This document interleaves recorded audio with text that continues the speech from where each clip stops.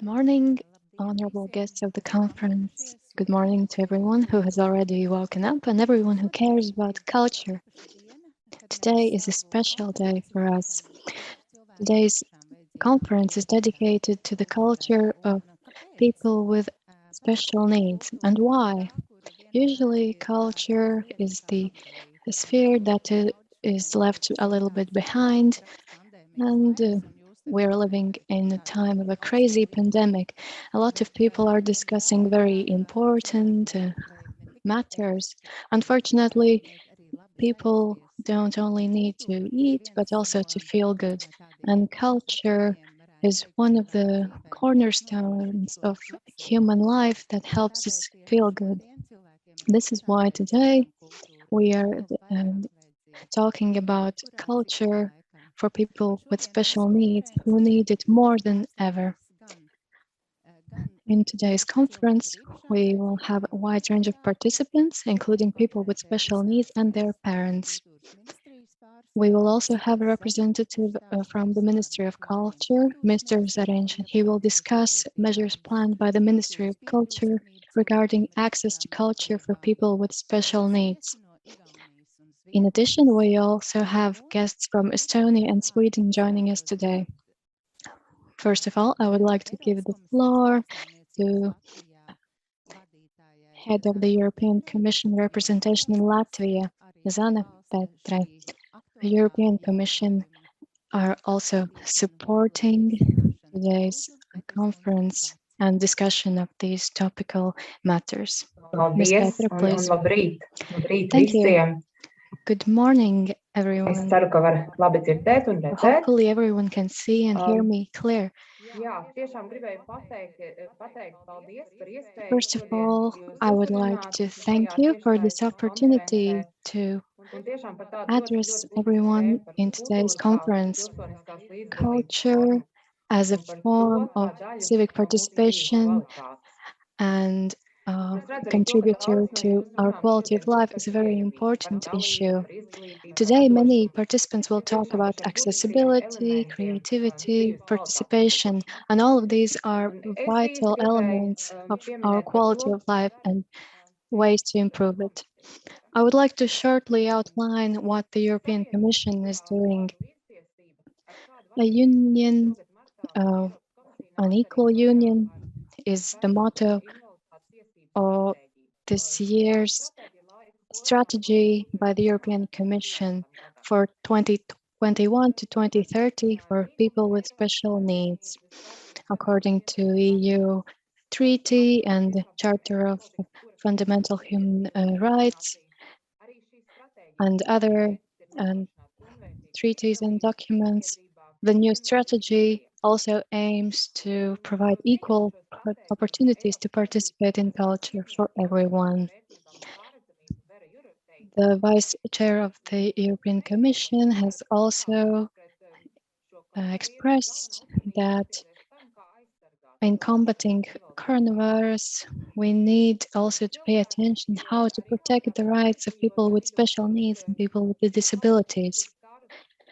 These are the people who are hit the hardest by the COVID crisis.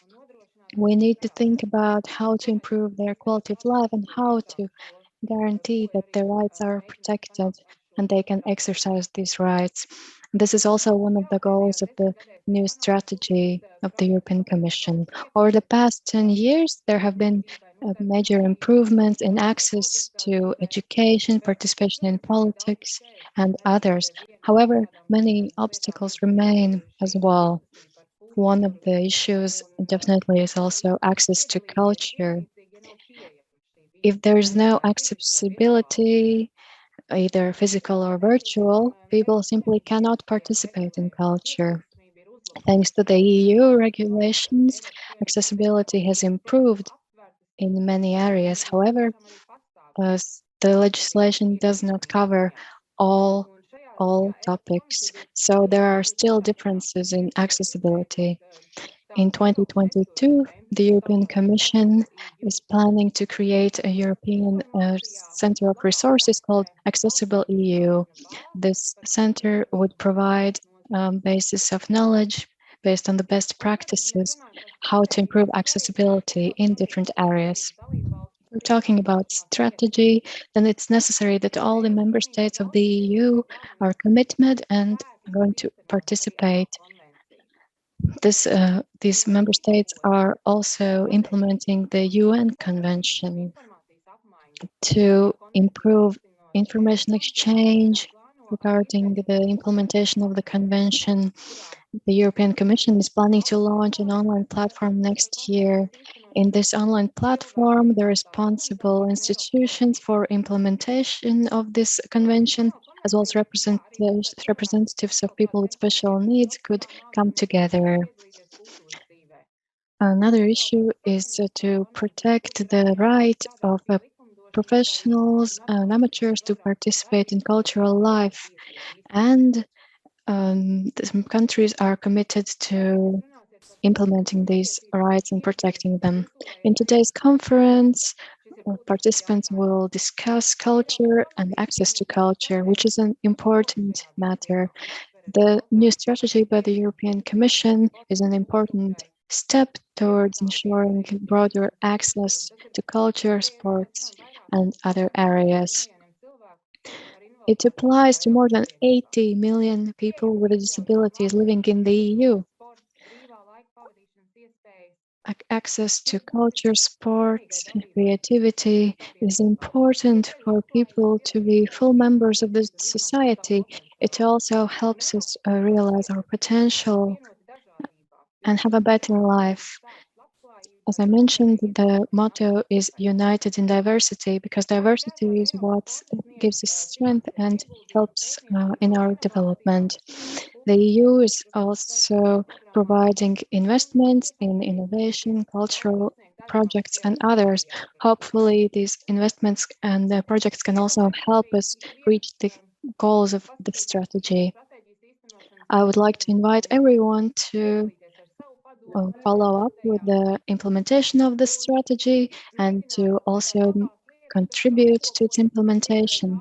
And hopefully all the positive developments could also bring fruit in the future. I wish today's participants in the conference to have a great discussion and many new ideas and inspiration. Thank you. Thank you, Ms. Petre, for your address. So, first of all, I would like to touch upon some technical matters. If you want any interpretation, it's also provided on Zoom. You need to click on the button interpretation on the toolbar on the bottom and select English or Latvian. And another matter, so please keep your speech to a maximum of 15 minutes. After each speaker, you can also write questions on the Zoom platform in the chat. And we will try to answer to the questions either now, or if there's not enough time, then afterwards during the panel discussion, where we will answer all the questions. There will also be a short break after the conference speakers. And after the short break, we will have the most interesting part of today's conference, the panel discussion, where we will talk about all the topics discussed today. So today we also have interpretation provided, as well as sign language interpreting. I wish you all a good day. So first, I will start with my presentation. People with special needs, full-fledged creators of cultural products. Why did I choose this topic? So I think we need to dig deeper, always. So the first step is accessibility of culture, and nobody denies this. This is the most important step. However, if we're talking about access to culture, we need to look a bit deeper. We don't just enjoy cultural products, we can also create them. And this is what I would like to discuss today. People with special needs are very talented and they can also create high quality cultural products. Why am I talking exactly about culture? And why are we discussing culture in particular? As I already mentioned, culture is what creates human identity. For this reason, all cultural institutions would have to strengthen and improve the access to existing cultural products and create new cultural products without any discrimination, and also to promote inclusion of people with functional disabilities. Do people with special needs also need culture? This is a rhetorical question. They clearly need access to culture. And this is also included in the Cultural Policy Guidelines 2014-2020, Creative Latvia, the Latvian official policy guidelines to ensure access to culture without any discrimination. Where does access to culture start? If we talk about culture oriented to professional results, then naturally we need to ensure accessibility of art and music schools. So hopefully everyone can see my presentation.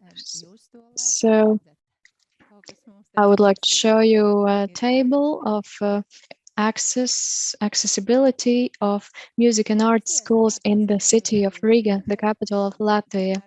That's on the next slide. So why do I analyze music and art schools in particular? Because that is the first step to becoming a musician, an artist. I carried out research. I called all of these music and art schools in Riga. I spoke with their administration. This was in 2017, so possibly there have been some improvements, and that would be amazing. However, in 2017, the results were pretty grim. These results were not so great. So I inquired the management of these music and art schools. How do people with functional disorders, how can they access the building? Can they access the hall? Is there available special toilet for people with disabilities? And another question: can people with disabilities can access the stage of the school hall? But the results were pretty sad. In most schools, there was access through the main entrance. But however, the situation with availability of toilets was very bad, or access to the main hall. And only one of the schools, the Medinš music school, said that the stage is accessed with an attachable ramp if necessary. And in another school, the Jurijāns Music School, there are two buildings. So in one of the buildings, access to stage is also possible, but in the rest, access to stage was impossible. And overall, in half of the schools, it was impossible for people with mobility impairments to enter the school in the first place, and also to enter the hall. There were no toilets, so this is a very sad result. Let's look at the cultural policy documents. The Ministry of Culture carried out a SWOT analysis about the situation in culture in Latvia. And the conclusion of this analysis is that a large part of the society does not participate in cultural activities and processes, and they do not receive the positive influence of culture. And naturally, people with special needs are among those who do not have access and as a result do not participate in culture in Latvia. This Ministry of Culture analysis did not mention a lack of accessibility as a weakness in this analysis of strengths, weaknesses, and opportunities and threats. However, even though they didn't mention it, we can conclude that it still is a very topical issue. I continued my research also beyond the capital city of Riga. In 2020, I sent 420 emails addressing different cultural centers in all of the Latvia. There are different kinds of names for these cultural centers, different formats, and 328 of these cultural centers provided responses to my question. The aim of this research was to understand the overall situation in accessibility in cultural centers, different kind of cultural institutions. Similarly, with the results were similar with Riga, and so in 81% of all the cultural centers who responded, you could enter the building. So the building was accessible for people with disabilities. However, not all cultural centers replied, so perhaps the proportion is smaller. But next, if we look at opportunities for people with disabilities to enter the hall, the auditorium, only 76% or it was possible.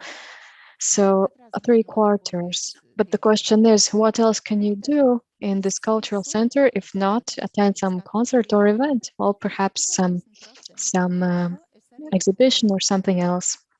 The next question was, is it possible to for people with mobility impairments to independently enter the stage of these buildings? And according to the responses, in 10% of buildings, this was possible. So I think this is perhaps a bit too optimistic. In reality, it could be 8 or 9%. And the last question was about access to bathrooms, toilets, and these were available in only 52% of cultural centers. The question is, would you go to a concert, to an event, to some class if you know that you will not be able to enter the bathroom? This is the question. And this was not available in 52% of cultural centers in Latvia. In this picture, you can see the concert hall in the town of Cēsis. So this there is a door, there are bathrooms, and so when we were participating in this concert hall, we had to build our own very complicated ramp. And here you can see that also some boys from the military sector were helping us to help people in wheelchairs to get up and down this ramp. However, nowadays, there are many solutions that are not so expensive and that do not require a lot of space, but still allow people in wheelchairs to access the stage in a concert hall. However, accessibility is only one thing, and another issue is human resources. The question is if we are ready to accept these people with special needs in cultural centers. In the very same survey, I asked if people with special needs are participating in any cultural activity groups. So in only 11% of all the survey respondents have people with special needs participating in these groups or bands. Only 1 or 2 people. Some respondents mentioned that there are no people with special needs in their district, or that none of them have shown interest in participating. However, statistics show that there are many people with special needs across all of Latvia, and we need to be more proactive.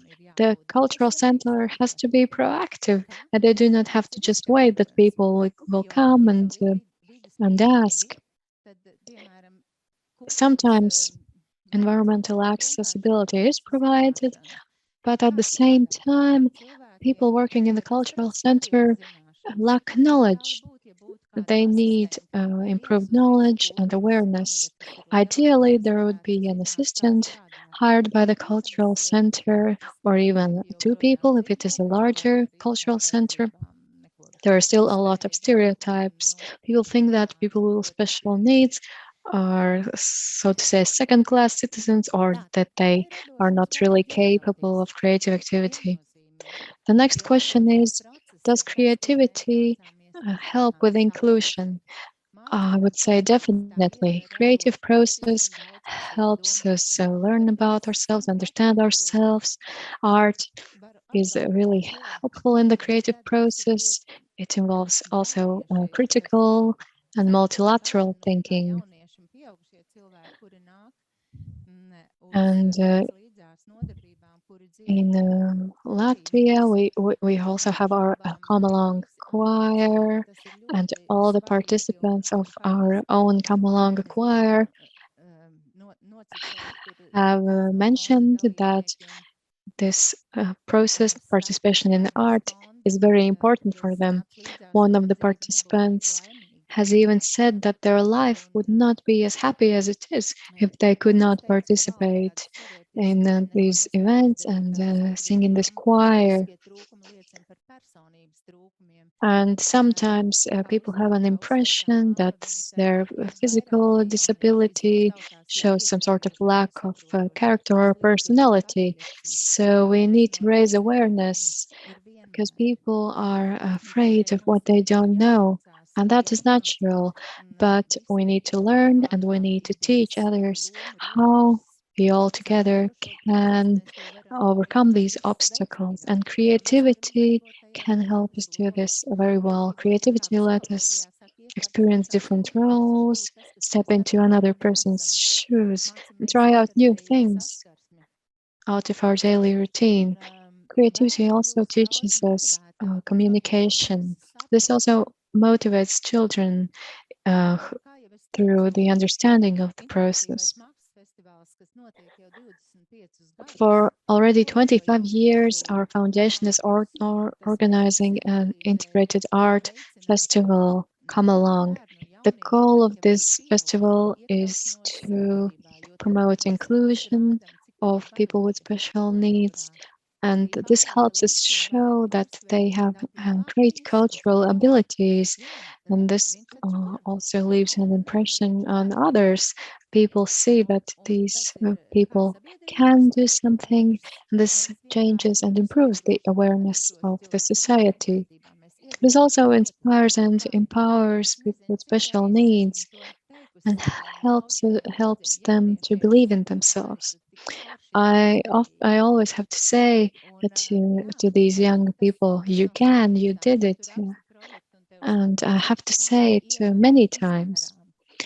These results are not tangible, and you cannot write it in a project report. This takes many years, and unfortunately in the project I cannot write that it will take 10 years to see the actual result. But on a day-to-day basis, I can see that these people are becoming more ambitious. For example, we organize camp and inspire these young people, and they start to dream. They say that they want to become musicians, and this helps them be more ambitious. We involve a lot of schools all across Latvia, also different stakeholders, parents, support societies, all different kinds of art schools and centers dedicated to the service for people with special needs. Many people think that this culture takes place only in special schools for people with special needs, but these are many different organizations. However, cultural centers are not one of them, because as shown by my research of 2017, there are very few people with special needs participating in the artistic life of cultural centers in Latvia. So what are the formats of our activity within the foundation Come Along? There are many different kinds of events that we organize. For example, exhibitions, photography exhibitions. This year, we have already prepared the 5th traveling photography exhibition. We have also participated in international festivals, and however, unfortunately, at present, we cannot travel, so it's impossible. And the most visible event is the Come Along Christmas concert that is also shown on the Latvian television and streamed on the Latvian radio. We have also released several CDs in collaboration with the Latvian radio. These are music CDs and CDs with fairy tales and many others. Our creativity knows no bounds, and we don't just organize concerts, but also various other forms of expressions. Our greatest achievement is our mixed youth choir, Come Along. And I dare say that this is only such choir in the Baltics or even on a larger scope. Why? There are choirs for blind people, for deaf people, but in our choir we have people with all sorts of special needs, people with this impaired mobility, and also many other. So for already 9 years, this choir has been functioning, and we unite people with all sorts of disabilities and special needs. And everyone knows that a choir is a complicated structure, and it is even more challenging to work together if there are people with different kinds of special needs. The choir also participated in the song festival dedicated to the centenary celebration of Latvia. The choir has recorded 2 CDs, and in the song festival, the choir also received the first degree diploma in its category.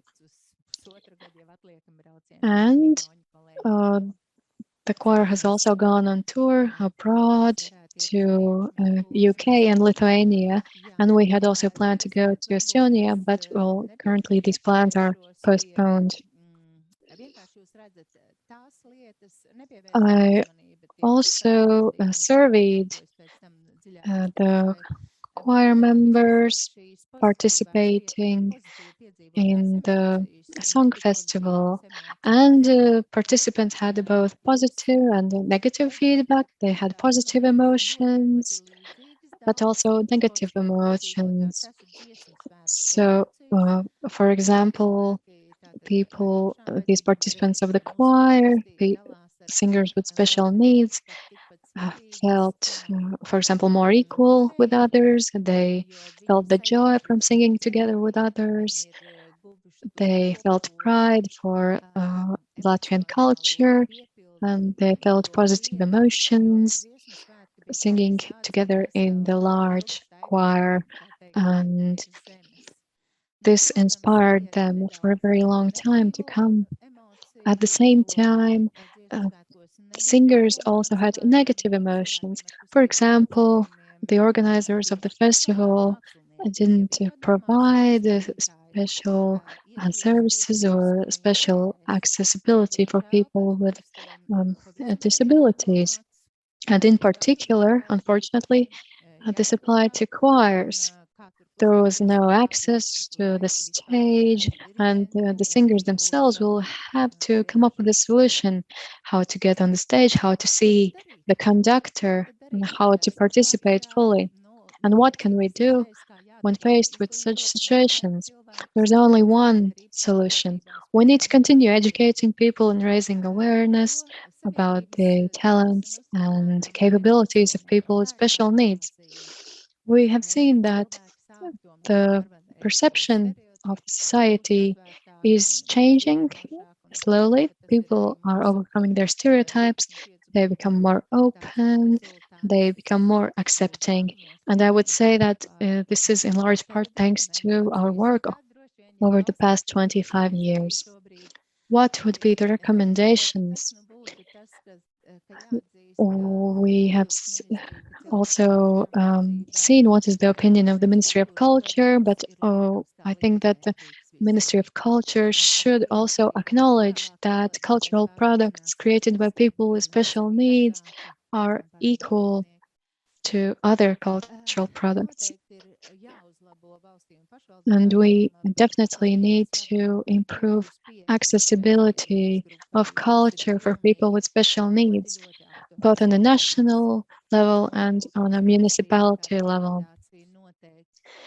One recommendation for the Ministry of Culture, I know that many cultural centers across the Latvian regions cannot solve these problems on their own, but there are a lot of NGOs working with people with special needs, and in particular when it comes to culture. So perhaps the Ministry of Culture should cooperate with NGOs more closely. This is an untapped potential and resource that could be used for future benefit. Thank you. If there are any questions, please write them in the chat. And I will try to respond to their questions later. But now I would like to give the floor to a representative of the Ministry of Culture, Uldis Zariņš, Deputy Secretary of State for Cultural Policy from the Ministry of Culture.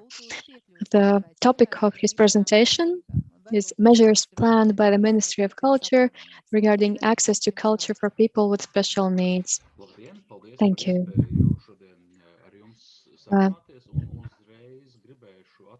Thank you for the opportunity to be here. And I must apologize. Due to other commitments, I cannot participate in the panel discussion at the end of today's conference. So I will try to be brief in my presentation, and hopefully I can answer your questions after the presentation. I have not prepared a presentation, and I will just try to explain our perspective. When we talk about accessibility, well, most people think of it as physical access, but Ms. Freiberga also explained in her presentation that this is a broader topic and a broader understanding of how people with special needs can access culture. Ms. Freiberga in her presentation already mentioned the cultural policy guidelines for 2014-2020. In the Ministry of Culture, I'm the responsible person for preparing the new cultural policy guidelines for 2021-2027. And in preparing these new guidelines, we looked back at the previous guidelines and even older guidelines from 2007, 2014. And even in these older guidelines, as one of the drawbacks and weak points, the Ministry of Culture had included the obstacles for people with disabilities to participate in culture. We need to solve this issue. And we see that this topic has been included in all of these policy documents. At the same time, the implementation of this priority has not been so successful. At the same time, we can see that in some aspects the situation is improving, but it could be better and faster than it is at present. I would also like to highlight that the Ministry of Culture is not the only responsible state institution, and it's not perhaps the most important state institution when it comes to infrastructure improvements and improving accessibility for people with special needs. We have seen in practice that cultural policy is implemented on a national level, but also on a municipal level. And I will discuss this in more detail a bit later with respect to music and art schools and infrastructure accessibility in general. When it comes to infrastructure accessibility, it's also a matter of Ministry of Welfare and others. And we know that, for example, some building laws and guidelines are sometimes developed without adequate awareness and understanding of the practical situation and needs. So I would say that Ministry of Culture is not the first and not the only institution who can solve all of these infrastructure issues. For example, if we look at library infrastructure, in Latvia there are about 800 public libraries, and 2 of these libraries are subordinated to the state, including the library for sightless people, but all the rest of these libraries are under municipalities. And municipalities in the work of these libraries has to observe the principles and also the best practices. And there's also an accreditation process that libraries have to go through. The regulations and best practices definitely demand that libraries should have access for people with special needs. And we had a special committee going to these libraries. And for example, they also wrote some recommendations. For example, library is located on the 3rd floor, and they have to find some solution. For example, employee of the library can go to the 1st floor and hand out the books to the people who cannot access the 3rd floor. So basically, what I want to say is that the Ministry of Culture can do some things, can issue some recommendations, but we cannot solve all the problems on our own. But I'm not trying to dodge responsibility. And so for this reason, I would like to discuss the new cultural policy guidelines. Access to culture is one of the central topics in all aspects of culture. There are a total of 5 basic directions of the new policy. And one of them is access to cultural products for the society. Here, we are describing in detail why access to cultural products is a problem and how we could solve this problem. This also includes the Latvian diaspora abroad, different regions of Latvia, children and youth, foreigners, and also people with mobility impairments. So this is one of the issues that we would like to solve over the next 7 years. That would be one topic. Another of the 5 main policy directions is participation of the society in cultural processes, and Ms. Freiberg already touched upon this in her presentation. We think that it is one of the rights of people to be creative and to express creativity in some way. So this is also one of the important policy directions, and in this policy direction, we state that people should be able to participate in the different groups or ensembles and other groups.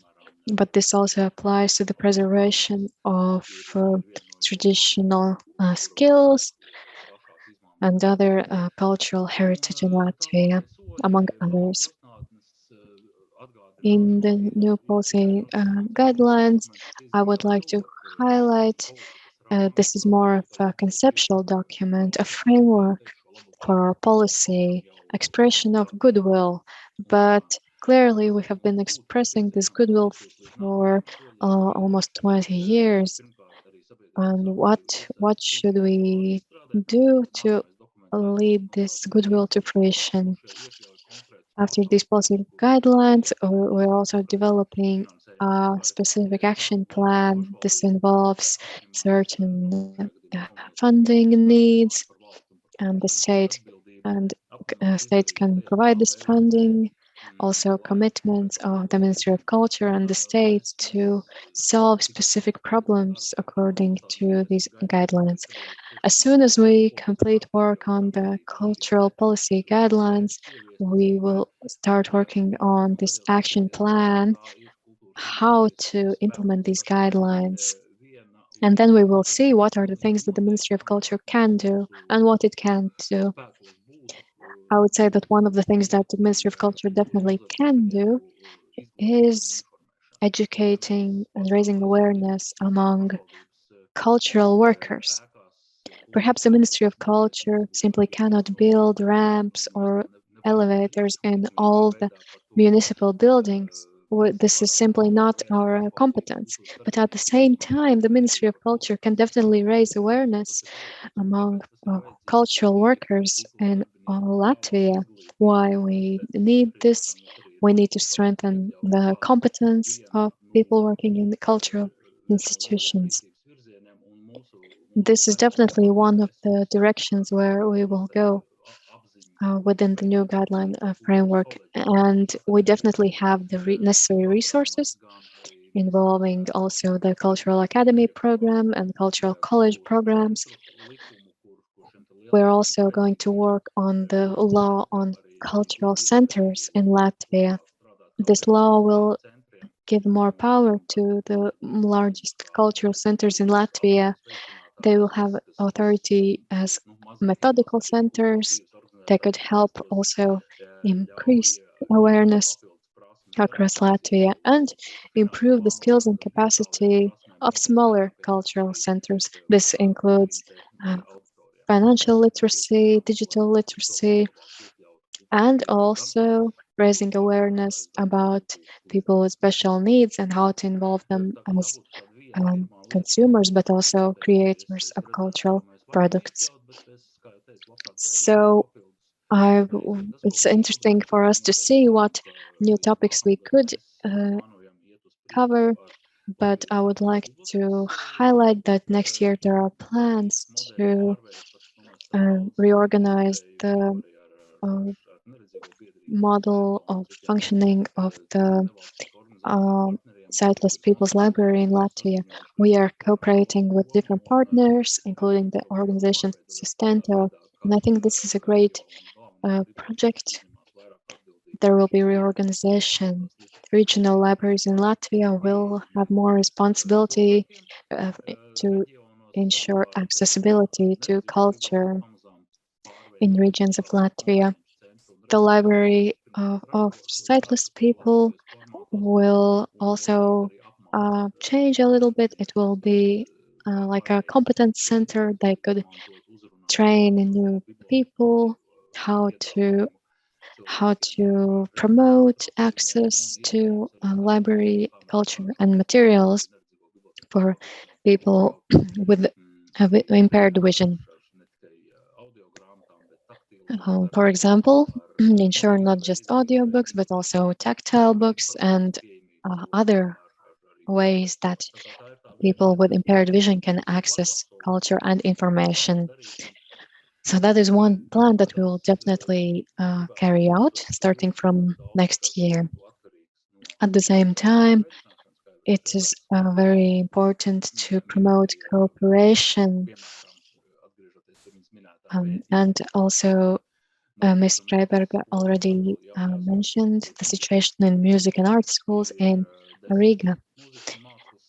And 10 music and arts secondary schools are under the Ministry of Culture in Latvia. The 10 largest schools or competence centers dedicated to professional education. This is already the second level professional for vocational education schools. They're providing education for children and the youth. And the Ministry of Culture can definitely influence the work of these music and art schools. And we are also preparing recommendations for these schools for the next 7 years.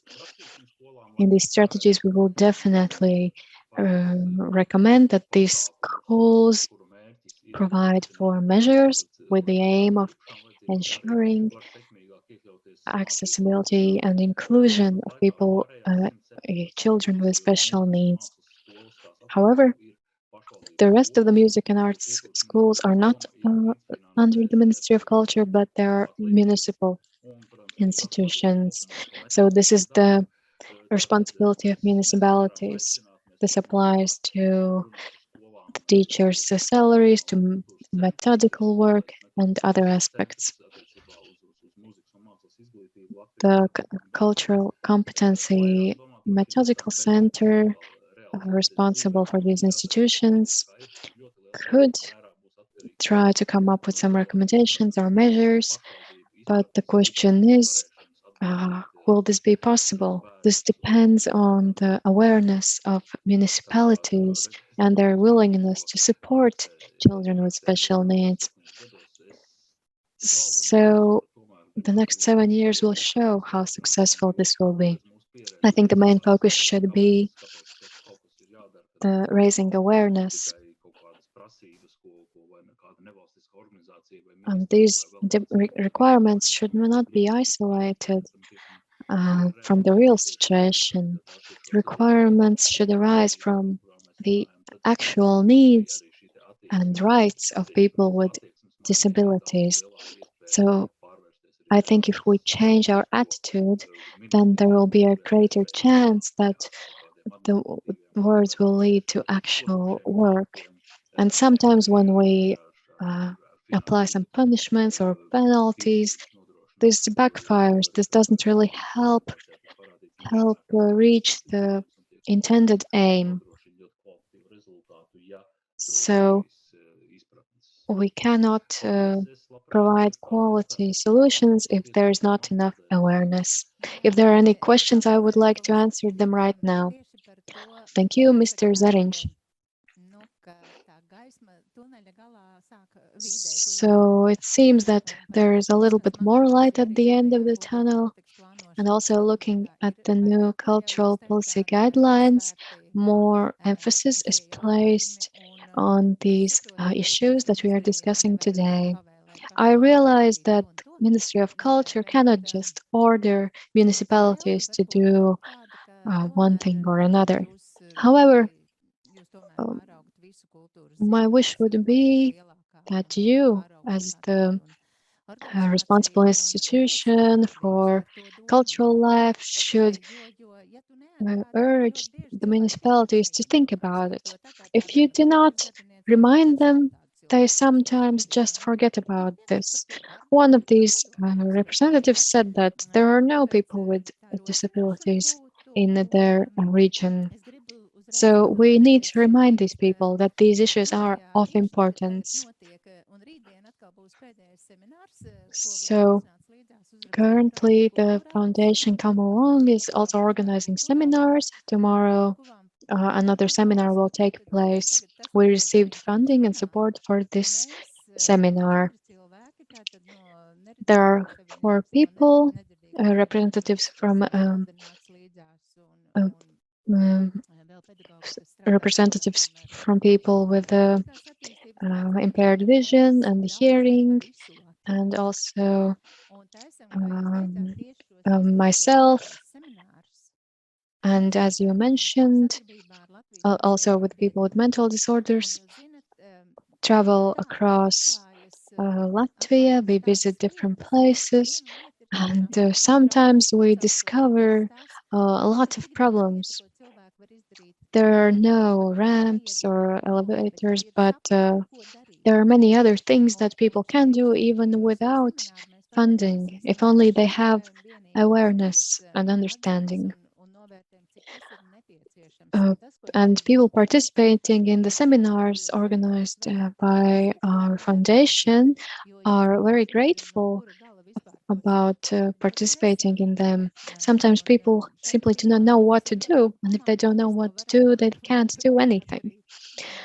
We have already established a very strong team, and we can definitely continue educating cultural workers, representatives of culture, as well as museum representatives. My question would be as possible as follows. How do you see in the future cooperation with NGOs? Could any functions be delegated to the NGOs? So we have already discussed this in the past with the Ministry of Culture. We know that we need training. Each NGO is doing their own thing, but we should prevent fragmentation of these activities. So what is your view on the cooperation with NGOs? In cultural ministry documents, it was already stated that closer cooperation with NGOs is needed. Thank you. Well, first of all, I would like to touch upon the delegation of functions. On the substance, delegation of functions is an exception, not a rule. And so the idea is as follows. The ministry has written in the regulation that we need to do this and this, but it would be more efficient if this task could be carried out by NGOs. So first of all, we need to find out, we need to involve lawyers to understand whether there are such functions in the Ministry of Culture, because this also involves the spending of state funding. This also involves a lot of bureaucracy. At the same time, the Ministry of Culture is becoming more open to cooperation with NGOs. The main tool at our disposal is the State Cultural Capital Foundation. The Minister of Culture initiated this part dedicated to people with special needs. And I'm very pleased to hear that your seminars are so well received and so popular.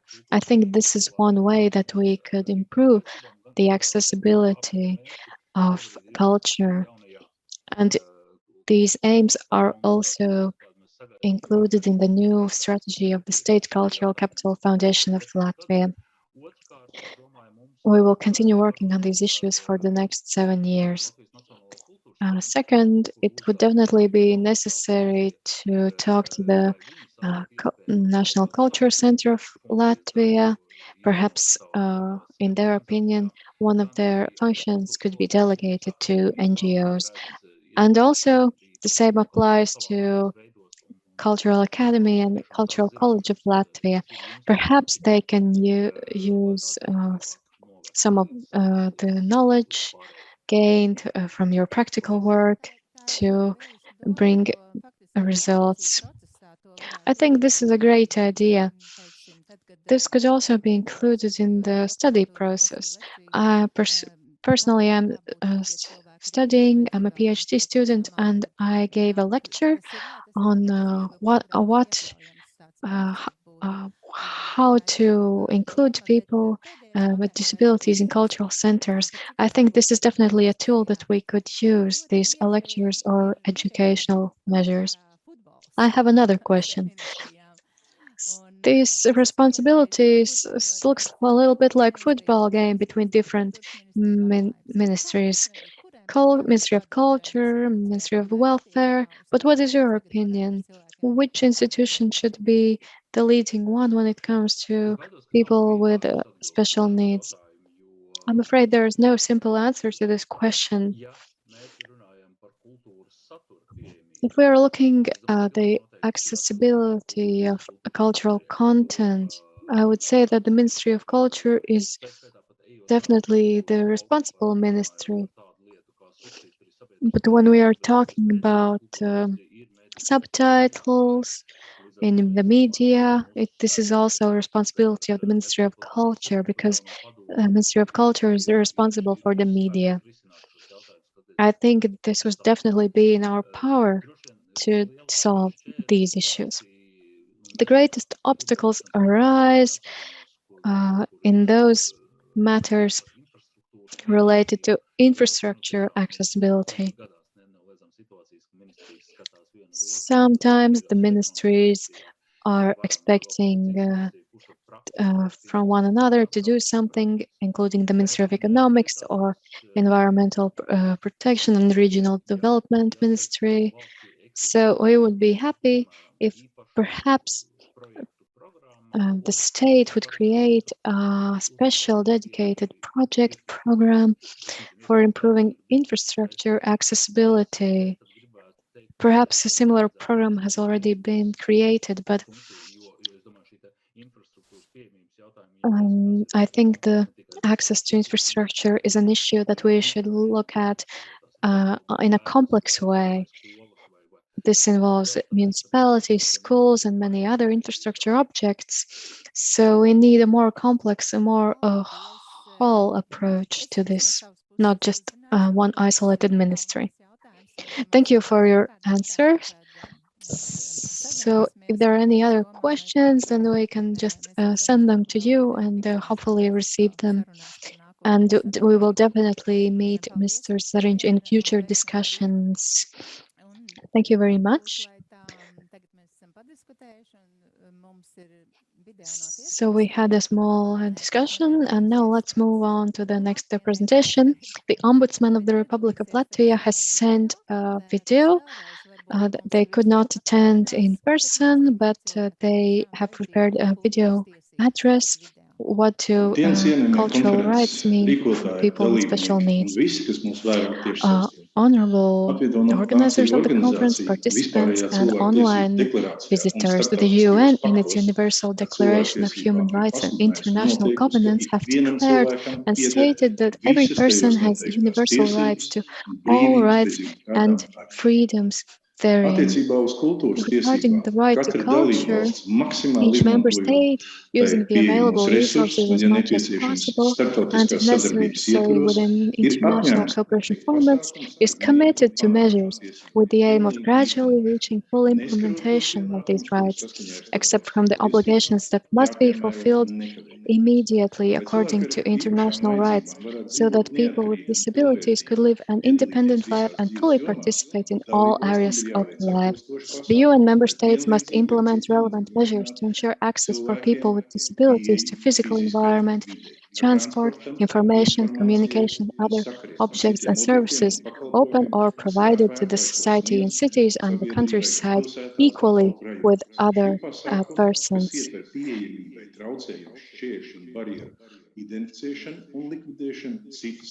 These measures include identifying and eliminating obstacles and barriers to accessibility, and they apply, among other things, to access to culture for people with disabilities. It is equally important that all people with disabilities have equal rights to live in a society with the same freedom of choice as other people. States have to implement efficient, relevant measures to facilitate the enjoying of rights of people with disabilities and their full inclusion and participation in society. This is fully applicable to the realization of cultural rights potential.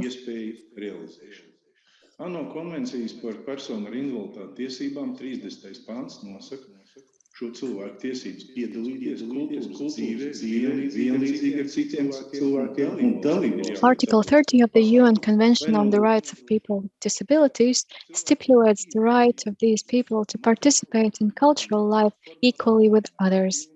UN member states have to take relevant measures to ensure that people with disabilities have access to culture in accessible formats such as film, theater, and others, including practical everyday things like TV programs.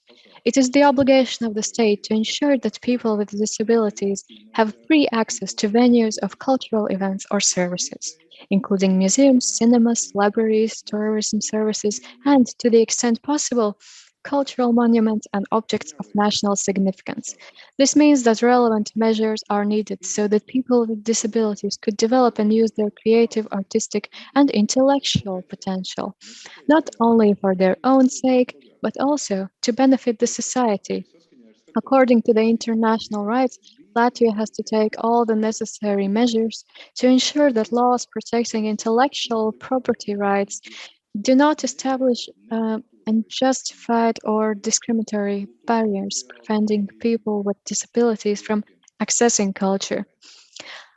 Let me remind you that people with disabilities, equally with others, have the right to recognition and support of their cultural and language identity, including sign language and deaf culture.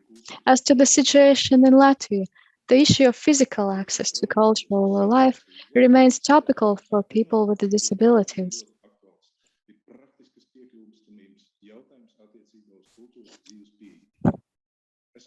I have already repeatedly called for the attention of decision makers and the entire society to the fact that, in many cases, the right of people with disabilities to fully enjoy cultural life is often limited because of lack of physical accessibility. This was particularly apparent during the multiple events dedicated to the centenary celebration of the state of Latvia.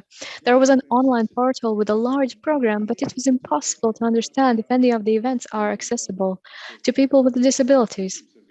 The recommendation of the Ombudsman took over 6 months to be fulfilled, and it was done haphazardly, showing that there is limited awareness of the needs of people with disabilities. Therefore, it is necessary to pay attention to the accessibility of cultural events in general. The world is changing fast, and we are under the huge influence of the COVID-19 pandemic. Unfortunately, every day we face restrictions that prohibit us from enjoying cultural events in person. People are painfully aware of the lack of cultural life, and it is even more relevant for people with disabilities. However, history has shown that all troubles and pandemics come to an end. Therefore, we must use this period of restrictions in Latvia wisely and prudently to ensure that all people have access to cultural space. This should not be done for the sake of appearances. I want to see real specific actions, lifts, ramps, subtitles in cultural venues, and many other practical factors that can be improved so that people with disabilities could become fully included in the society. Culture is an intellectual and social space for all of us, and it is an important precondition for an educated and informed society. Latvia has ratified international documents stipulating that people with disabilities can fully enjoy all human rights and fundamental freedoms without any discrimination. This includes the right to culture. There is still much to do, and I hope that during this conference, the responsible decision makers will understand what are the swift and immediate actions that should be taken. Thank you. Thank you, the Ombudsman of Latvia. Yes, the cultural rights of people with disabilities in Latvia should be protected more. Now I would like to give the floor to next speaker, Ieva Reine. She is Latvian, but she represents Sweden in today's conference. She's the expert and senior researcher of the Swedish Social Insurance Agency.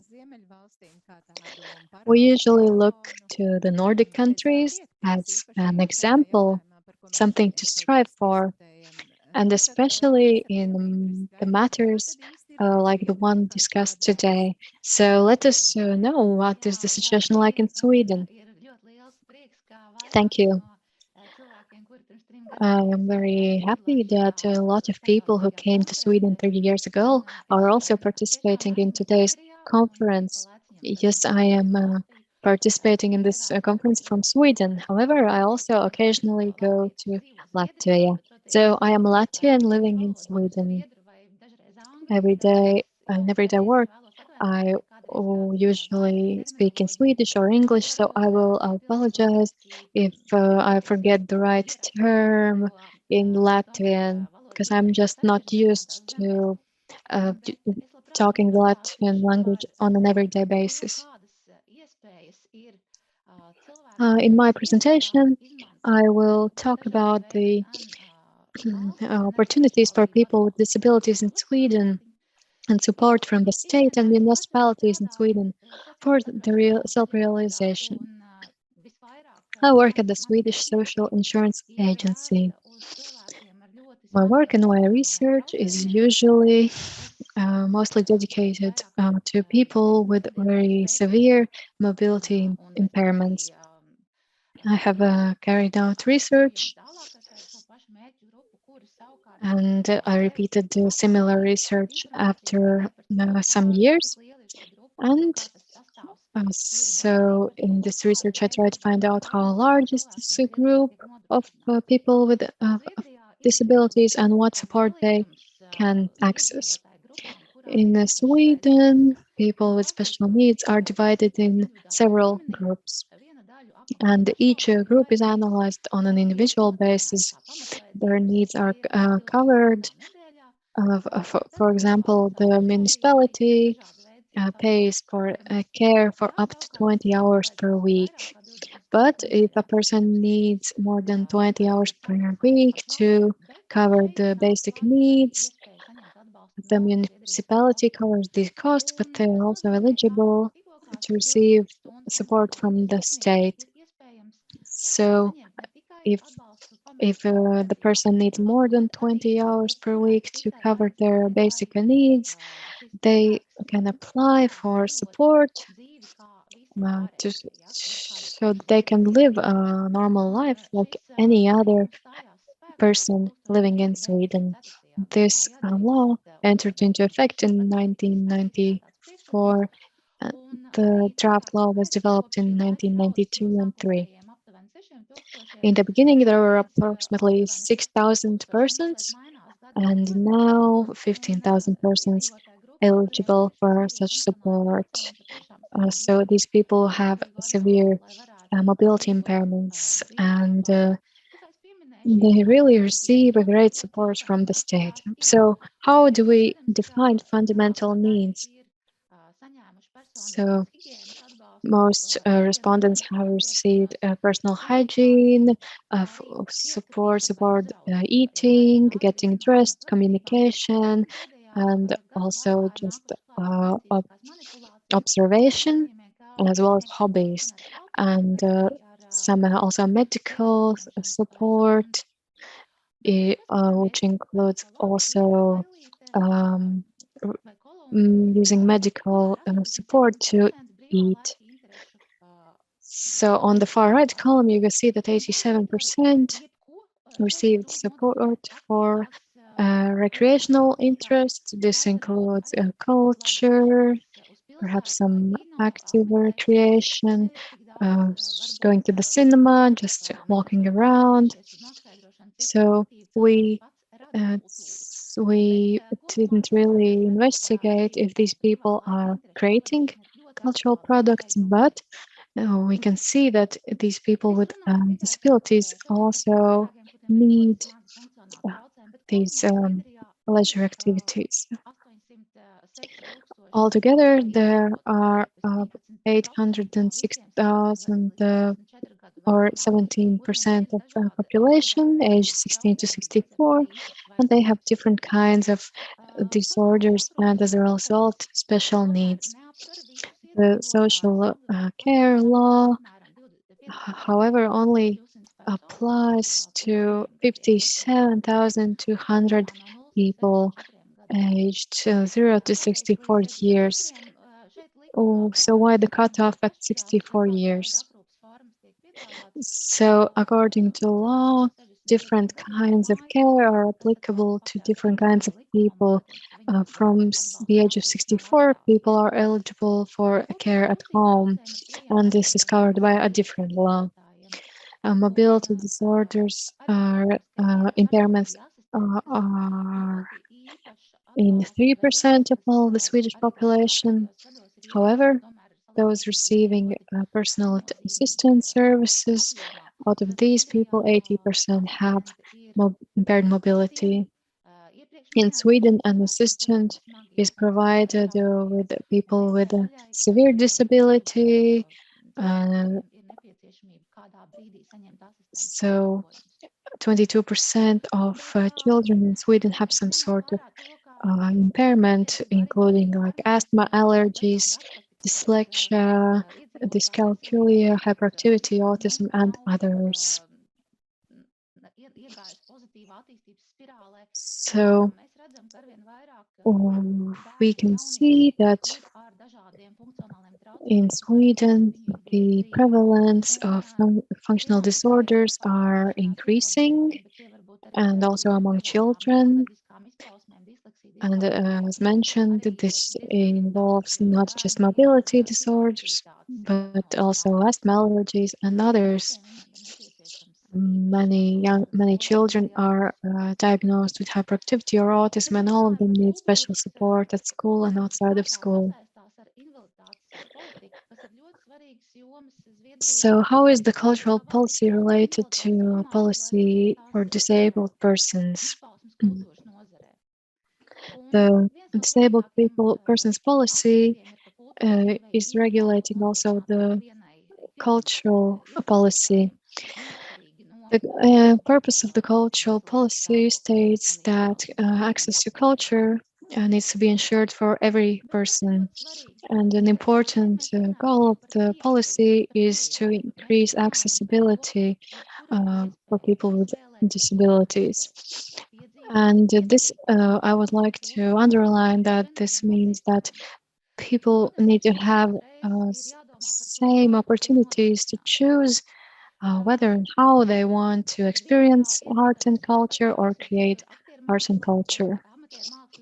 In Sweden, like many other countries, amateur art is becoming even more relevant in the cultural life.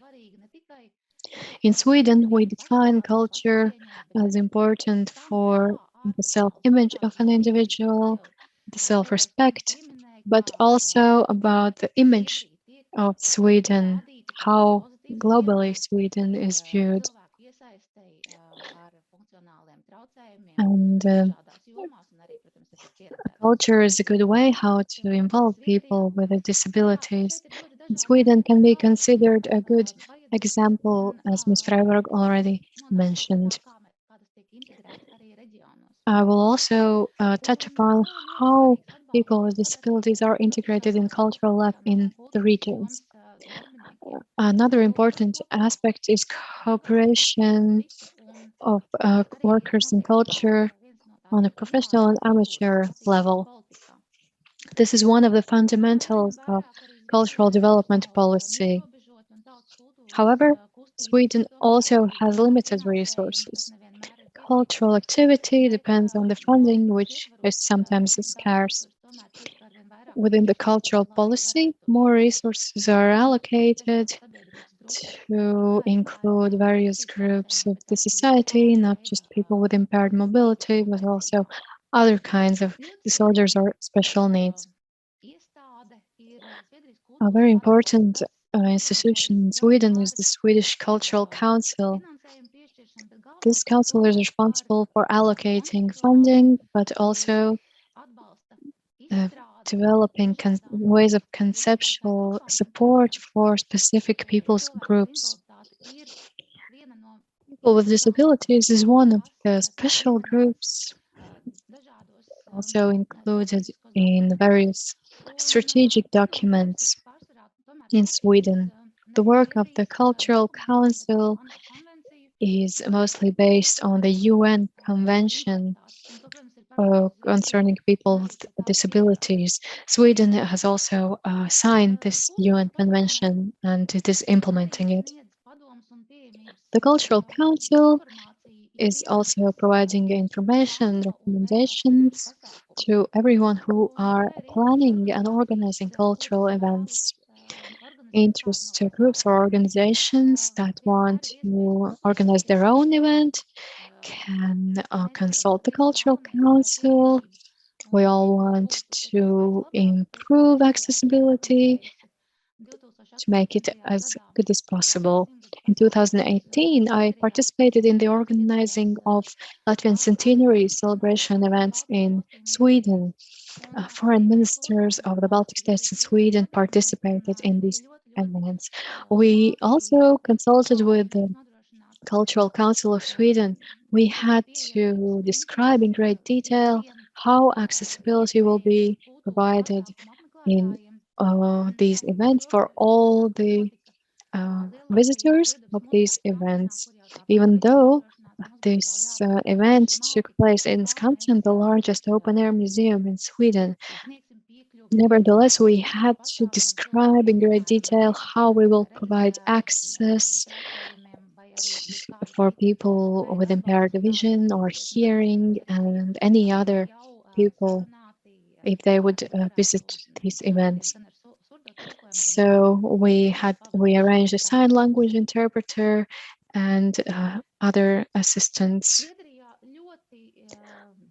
In Sweden, in the recent years, a lot of attention is dedicated to the development of accessibility and the related strategy. This is a political decision starting from 2017. This and the special grants have been are dedicated to involve people with special needs in culture. This doesn't really apply to ramps or width of toilets because this is usually already covered in Sweden. This new strategy from 2017 is mostly dedicated to participation and expression of people with disabilities in cultural life. This means that we need to train cultural professionals working with children, the youth, and also older people. Regional level plans are also developed. These regional plans are examined in dialogue with organizations and unions representing people with special needs. So why we do this? The purpose is to collect information and exchange views, what we can do to involve people with special needs better in culture. The Cultural Council of Sweden also provides funding to all the regions in Sweden if necessary. These grants and the funding is available for people, organizations working with people with special needs, funding is available for events, but also some more fundamental things like libraries and others. It's also possible to receive support for cultural projects. One in culture, cultural schools all across Sweden are subordinated to the Cultural Council. This cultural school center is responsible for schools in the entire Sweden. And the mission is to support municipalities to develop activities organized by cultural schools. These schools focus in particular on the young who would like to attend some extracurriculars after school. And there are special teachers with special knowledge and skills. These programs are adapted to the young with special needs. So these teachers have the necessary skills and competence to also teach the young with special needs. Even a special catalog has been developed. This catalog includes 12 courses available in Sweden. These courses are available for beginners, but also more advanced people. So this is in Swedish. So I will mention some examples about what is available. So, for example, there are some art classes where participants with special needs can paint or draw. And there's also dance, digital art, a fundamental introductory course, then jazz and show dance. Another course is available dedicated to a cultural mix for children and the young. So basically, different kinds of cultural activities are available, including computer game programming, theater, drama, and many others. So now I'd like to touch upon regional support. The aim of the regional support is to improve access to culture for people with disabilities. All of these aims contribute to the integration of people with special needs in the society and also to participate in cultural life. This is closely linked with the principles of democracy. Democracy is a fundamental need and right for every person. And culture is also one of the fundamental needs for people. The development of society depends on how well people with special needs can participate and influence various situations and participate in social activities. In addition, all people should have similar common values. More than 10% of people in Sweden are immigrants. They speak different language and not all of them understand Swedish or even English. So Sweden pays a lot of attention to people with disabilities coming from other countries who have not been in Sweden for too long. This is another unique challenge for Sweden. In scientific context, we call this intersectionality. We need to pay attention to demographics, to matters of belonging, sense of belonging, so that we can ensure that people with special needs can fully participate in social activities and cultural life. The formats of support are different. And as I mentioned, various classes are available for children and the young, but there are also shorter and longer term projects. Here I would like to highlight one example, a project dedicated to drama and stage art for people with severe functional disorders and autism. This is more of a longer term project, a three-year project. It's called Stage. This project is dedicated to performing arts.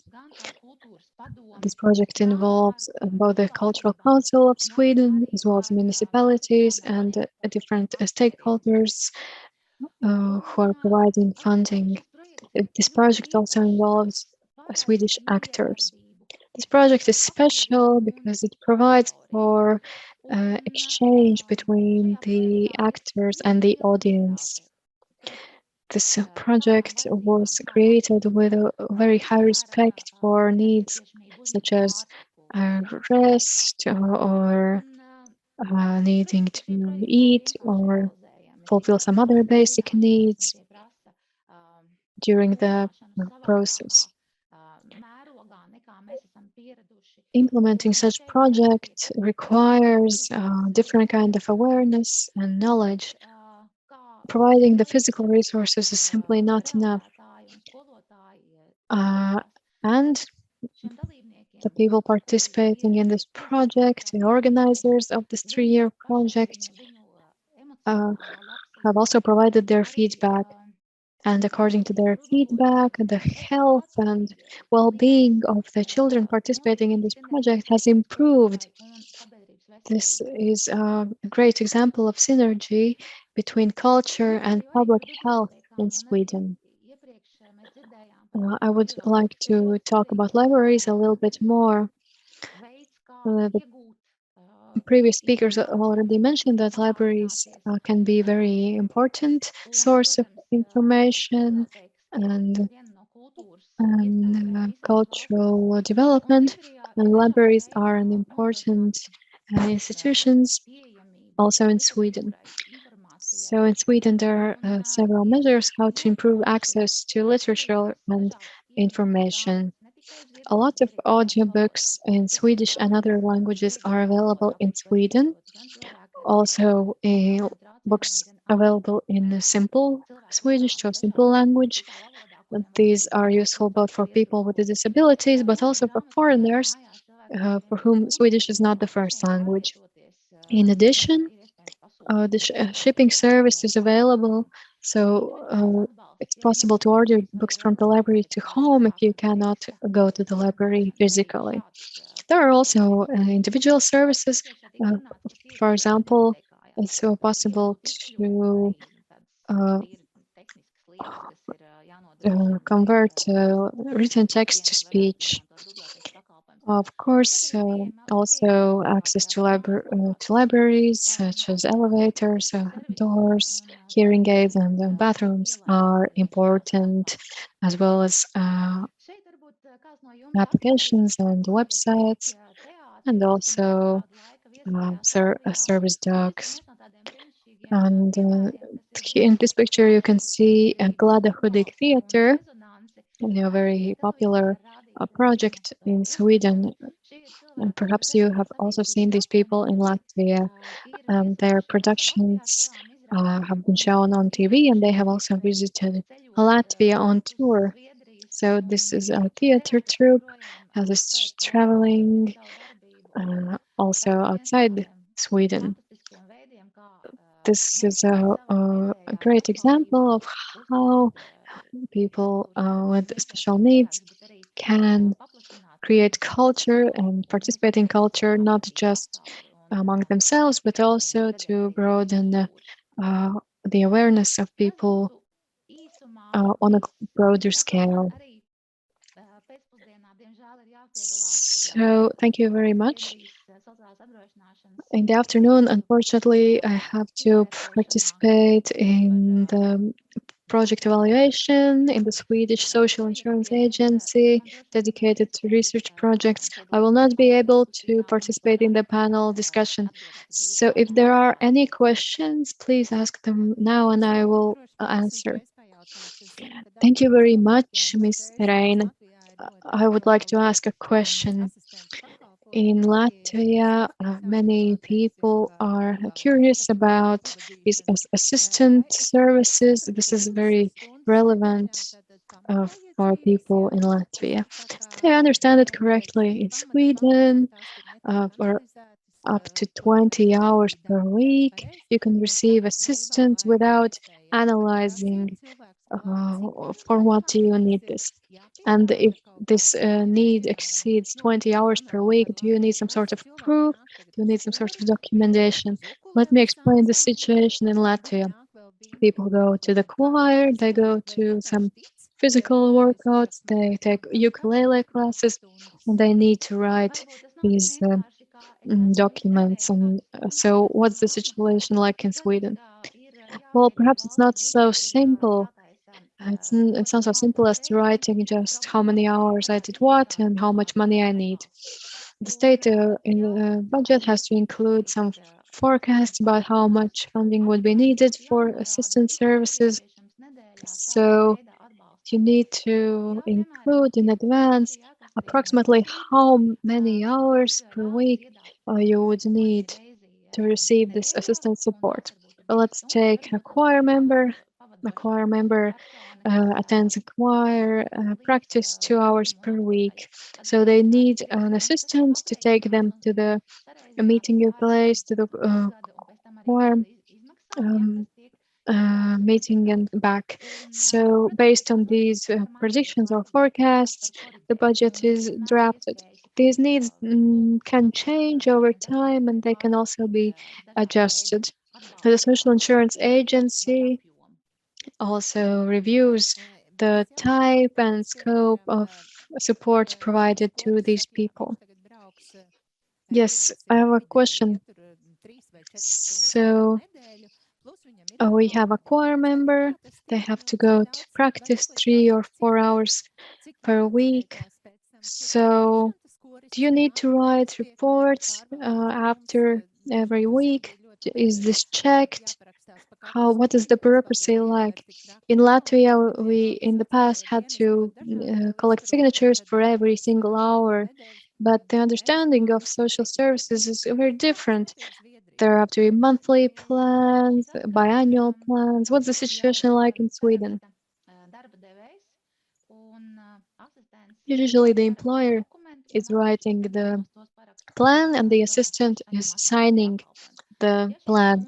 And sometimes also the person receiving the assistant services. However, unused hours can be used at a later point. And if there's time that you don't need these services, then the amount necessary can be also reduced. But I could say that in Sweden, we perhaps don't pay so much attention to all the details.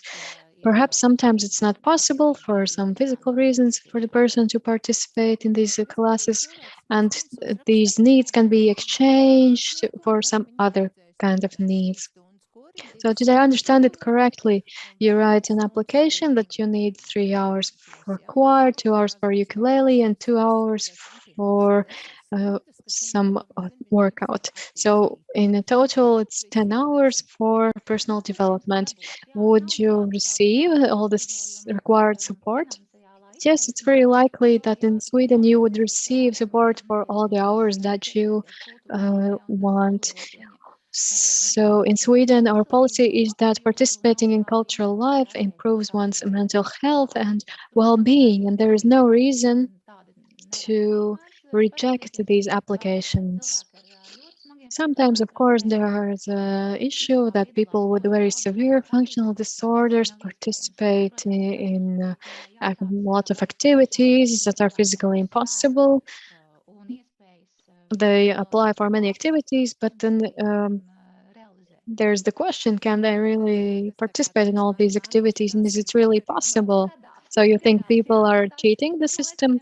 Yes, sometimes that may happen. So I think that in every country there will be a person who will try to benefit and receive some sort of benefits, even though they don't deserve it. But I would like to say that most people are very honest, and they only request as much hours as they will actually need. That would be the main question, because many people are active. They really want to participate and engage in cultural activities that help us gain some positive experiences in life, help us with the motivation, motivate us to grow and develop.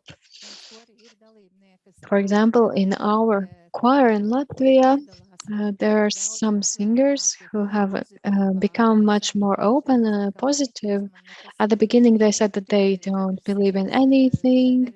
They only see their four walls, a person with impaired vision. But now they are happy about being able to come to the choir and participate in choir practice.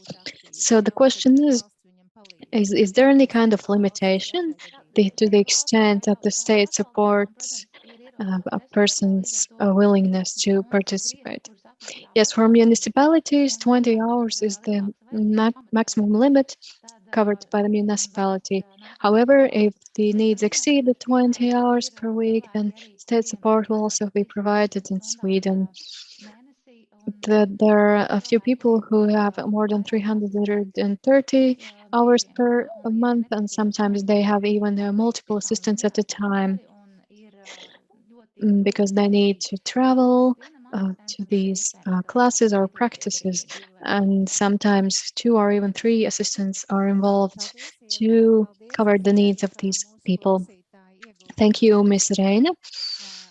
And hopefully visitors learn something about the situation in Sweden, and hopefully in Latvia we could also achieve this sometime in the future. The issue of assistance is very topical in the Ministry of Welfare in Latvia. As far as I know, that Ministry of Welfare is also trying to develop this better. So if there are going to be any more questions, we will definitely write you. And on our website, there will also be Mr. Reine's presentation, and everyone will be able to take a closer look. Thank you, Ms. Reine, for your participation today.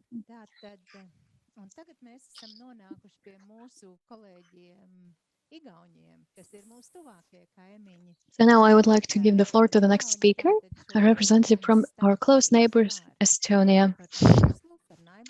So the topic of the next presentation is Beyond the Label, Supported Creativity, Possibility to make people with special needs more visible.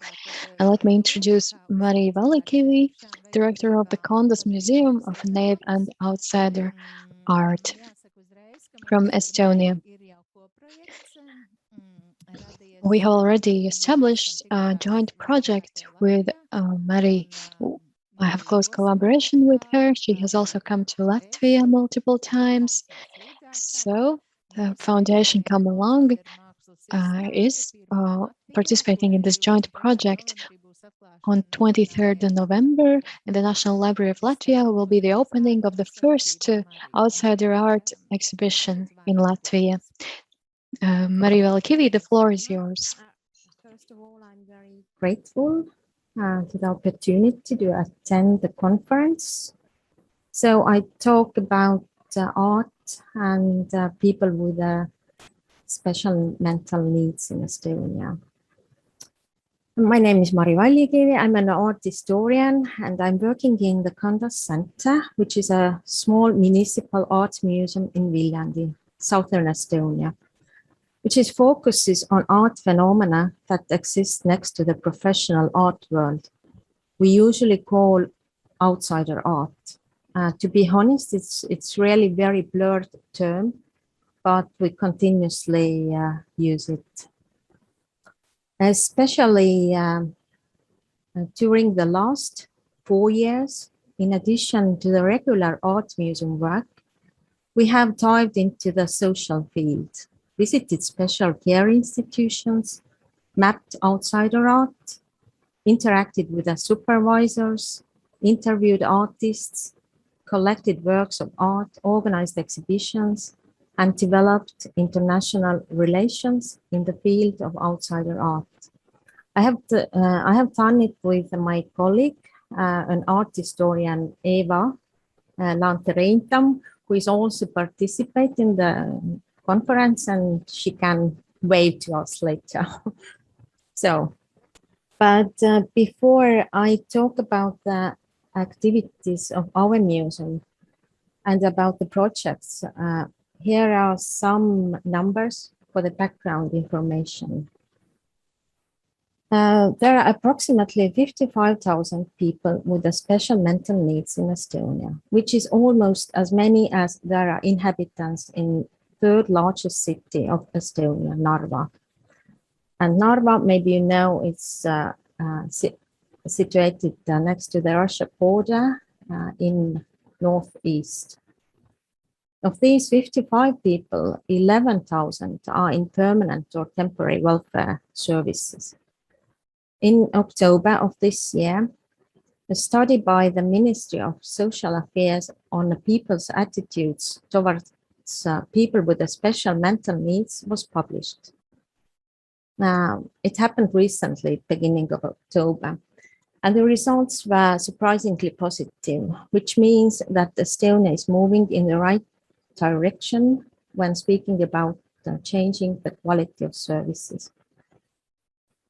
And while in 2005, Estonia ranked first among European countries in that people with a special mental needs lived in large unit type of dormitory type institutions, then following in time that kind of institutions have been vigorously eliminated. Often these gigantic institutions were located separate from centers and communities, where the residents did not have access to the regular services we use on a daily basis. Maybe that previous slide, please. And if we look at the hoolekandeteenused, the largest service provider for people with special needs, which was established to liquidate gigantic care homes. Then now we can find 11 family houses in small family villages, tens of apartment buildings have been built, and many apartments have been renovated all over the Estonia. So, and in addition to that, hoolekandeteenused, there are also a number of service providers with different forms of ownership. In addition to construction and renovation, the goal has been to bring as many people as possible into the labor market. As an example of experience of hoolekandeteenused, if in 2010 only 50 out of 2,000 people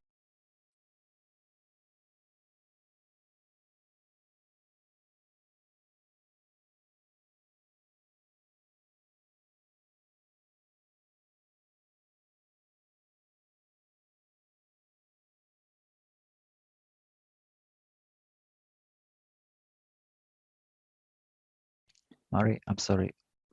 Unmute yourself. I'm sorry.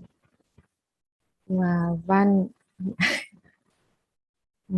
I continue from, okay.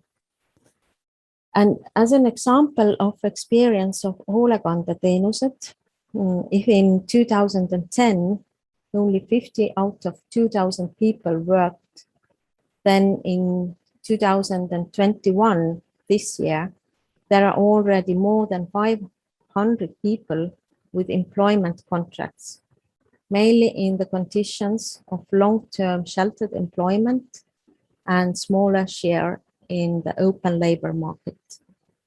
According to surveys, people in the open labor market are the happiest because they are indeed full members of society. To sum up, the aim is to make these people visible, to become citizens again from the client or the person in service, to bring welfare institutions to cities and towns, which of course does not preclude the location of these institutions in beautiful rural areas. Developments in the social field have been positive, but the visibility of people with special mental needs in cultural life in Estonia is very modest. Now, let's say it's almost invisible. So, and about our museum activities. Since 2004, Kondas Museum has organized at least one exhibition of outsourced art from Estonia or abroad every year. A significant impetus for people with the special mental needs was given by the Republic of Estonia 100th application round of art projects, where the Kondas Museum project was selected, and as a result, we mapped the services offered in creativity and its development in special care homes and daycare centers. In 2018, a comprehensive exhibition took place first time in history, where 2,050 works were exhibited from 60 authors. And you can see some of the examples of the exhibition here. Maybe next slide. The feedback was very, very positive. The exhibition allowed artists to feel the experience of success, a much needed feeling that was offered to them by making art. Particularly important was the fact that the exhibition did not take place inside the borders of its institution, but in an art museum instead.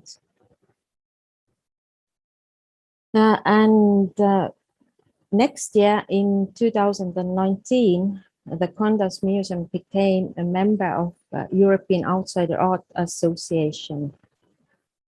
And there are, you can find from the slide some of their principles and map of the association members.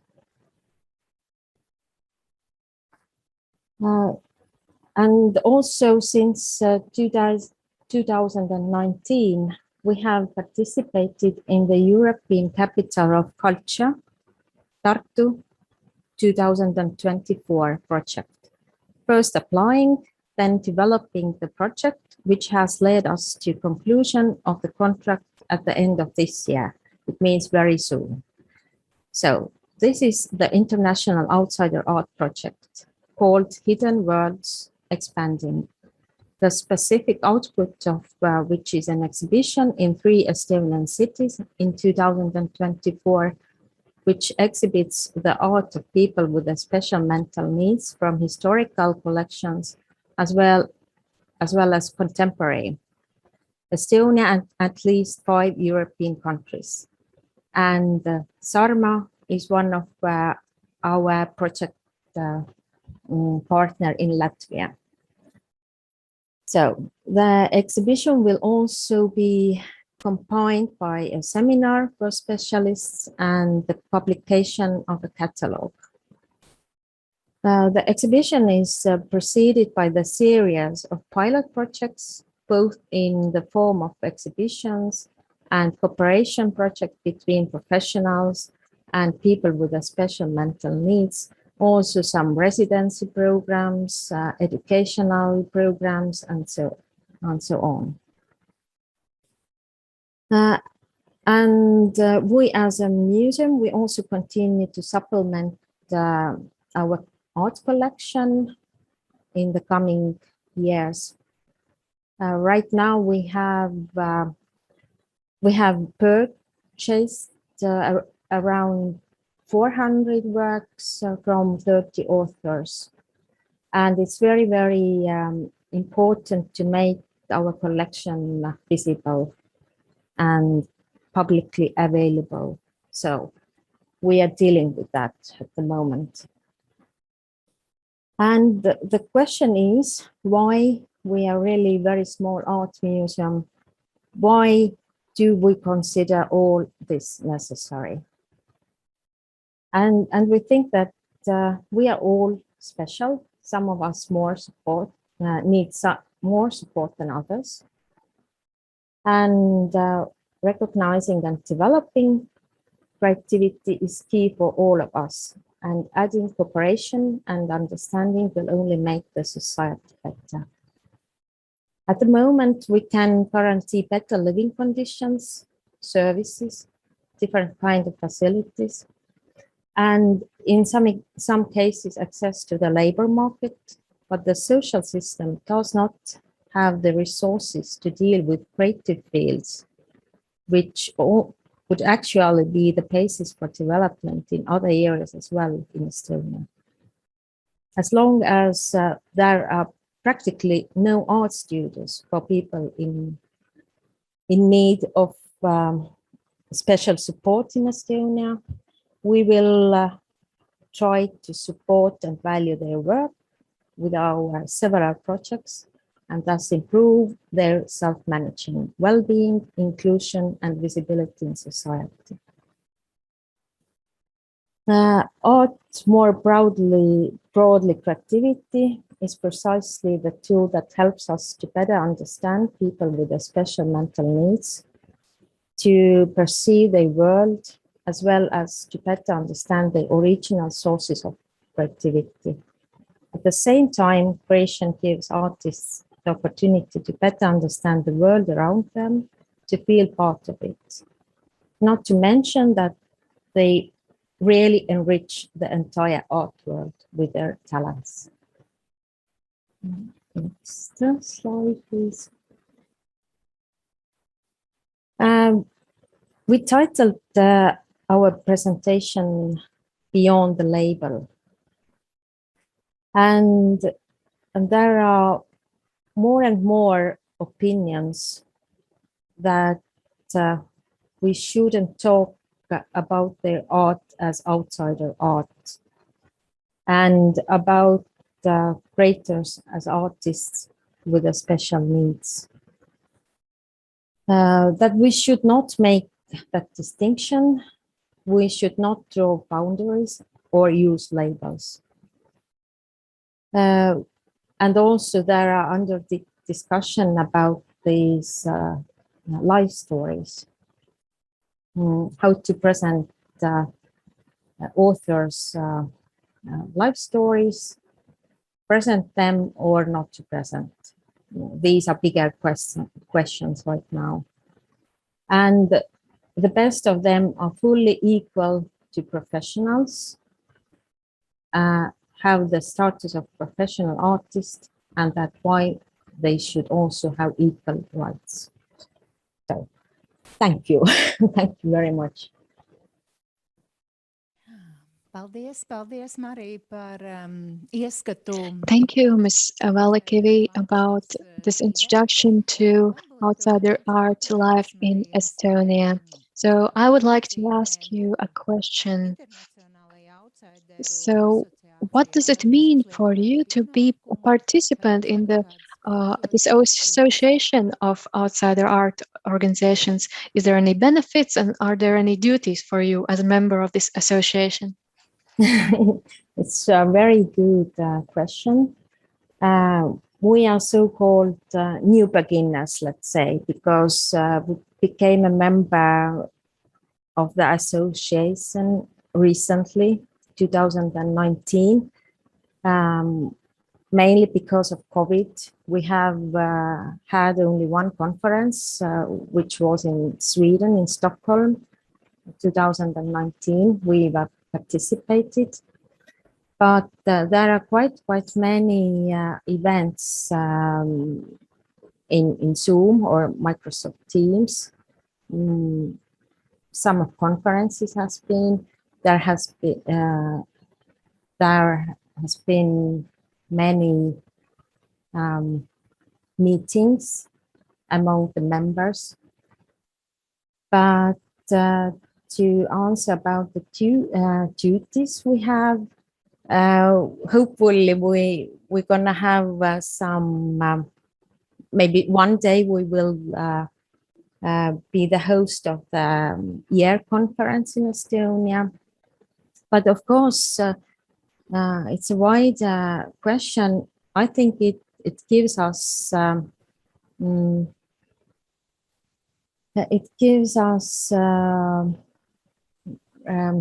confidence that we are doing right thing, we are in the right direction, and it's very, very important to value these people who are very, very talented, but they are still very hidden in Estonia. That's why we are doing that. But we can get that confidence from that association side. But it's also a very good platform for marketing things or events or to publish some articles and so on. Paldies, Marija. Es tikai piebildīšu vēlreiz par to mūsu. Thank you, Ms. Vallikivi. Yes, I would just like to repeat about our cooperation in Latvia. The first Outsider Art exhibition will also take place. And so who will participate in this exhibition? Clients of the State Social Insurance Center. We received many applications, many artworks. There was an evaluation process. We evaluated these many works, but only 52 works will be selected for this exhibition due to space constraints. There's simply not more space for this exhibition. Ms. Vallikivi already highlighted that these artworks really reveal also the inner world of the artists, and really these people are real artists.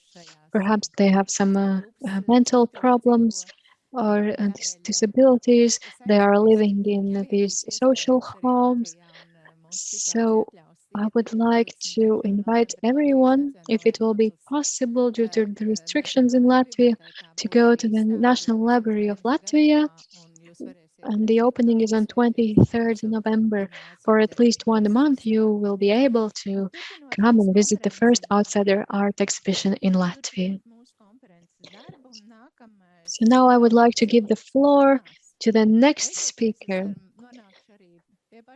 So now, finally, we'll give the floor to a representative of the community. So I would like to give the floor to Lieva Paula Paleja. She is a long-term participant of over 10 years at the Integrative Arts Festival Come Along, and she was also the winner of the festival in music.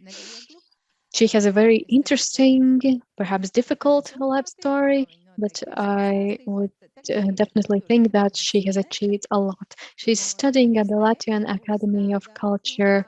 The topic of her speech is the accessibility of cultural education from a learner's perspective.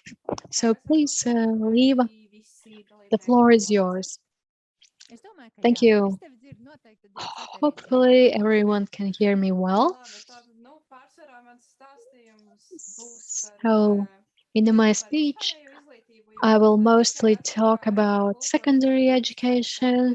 I have studied both culture, but also general education in Latvia. This was perhaps not so easy. Culture is a very wide and far-reaching concept.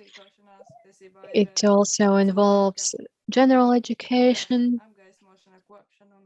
but also cultural education involves cultural development and perhaps also intellectual or spiritual development. So the most interesting turning point in my life was when I was attending the Strasdumuža boarding secondary school, which is also a support center for children with impaired vision or blind children. When I completed the primary education, the grade 9 in Latvia, I had received a lot of knowledge, a lot of education. However, I didn't really have the confidence that this will continue to be the case in secondary school, which I was about to enroll. First of all, I would like to highlight that I was one of the first sightless children in Latvia to pass the state level examinations in Latvia. I wanted to receive a different kind of education in a different way. When I was studying in this Strasbourg boarding school, sometimes the study process was disrupted, and it was not always possible to receive education because the study process was sometimes disrupted by classmates. Perhaps I will not delve much deeper into this topic. Then I moved to a different school, the Baiba secondary school in Riga. So first of all, everyone was really shocked. They thought, oh, I was from something supernatural. Let me explain this situation. The senior student in the class or the teacher gave to my parents all the news that were discussed in the WhatsApp group chat in the class.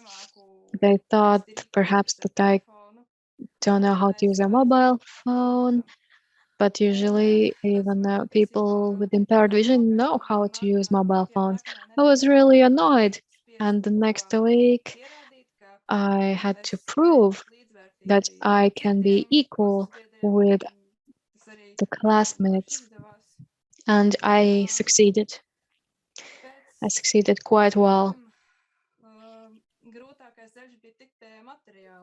The most difficult part was to access materials. Frankly speaking, there were many times when I felt hopeless. I was sitting together with my parents. They had to help me in my studies. This was a new experience for my parents as well. And none of them, nobody knew what to do in such situation. I was studying in a general education school, and this was the first time in the history of the school that a student with some disabilities is studying in this general education school. It was a new experience for them as well. It took a lot of sweat and tears. This was a big challenge, but we somehow managed. It took several weeks until I finally received aids such as a computer and other aids, which helped me participate in the study process more fully. I also had access to technology, and thanks to these technologies, I could also keep up with my studies. Sometimes even my performance exceeded that of my classmates. Personally, I have a great memory. Sometimes you can get through a lot of tests and examinations if you rely on your good memory.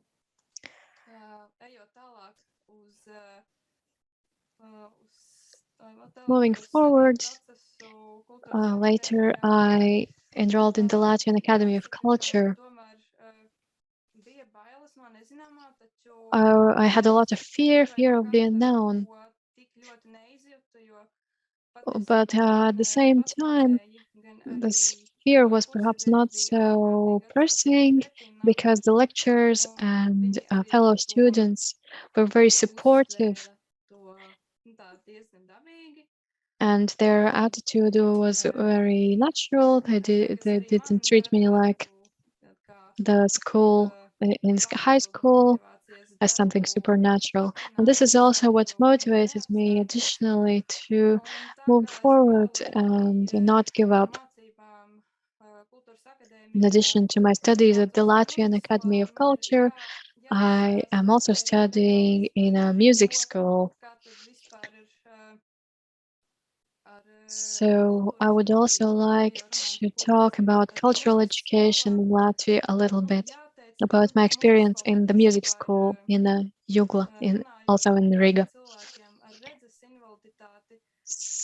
What is the situation like in the music school for people with impaired vision? I think this music school in Jugla is a great example of inclusive education. Most people with impaired vision coming from the Strasbourg secondary school are going on to study in this music school in Jugla. So they already have experience. They have positive attitude against the people with impaired vision or blind people, and this is not considered something weird or extraordinary.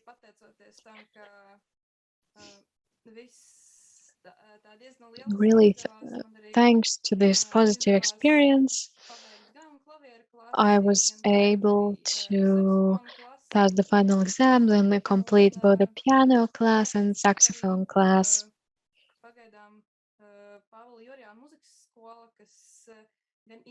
The Pāvils Jurjāns Music School is not a secondary school. However, this Jurjāns Music School also provides an opportunity to participate in a secondary level program in music.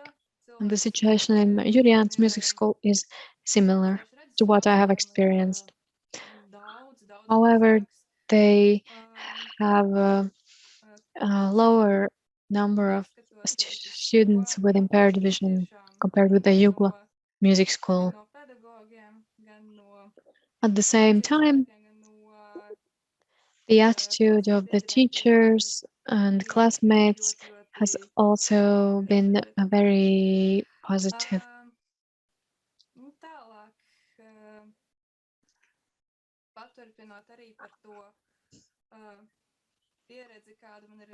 I would also like to talk a little bit about my personal experience in an international context.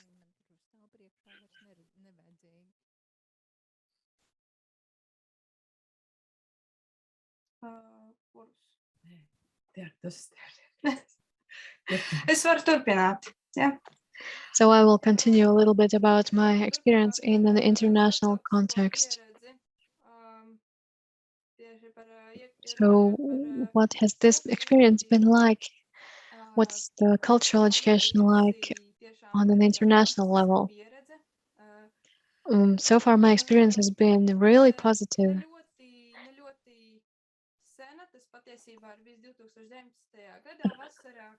Recently, in summer 2019, I had the opportunity to go abroad to the United Kingdom.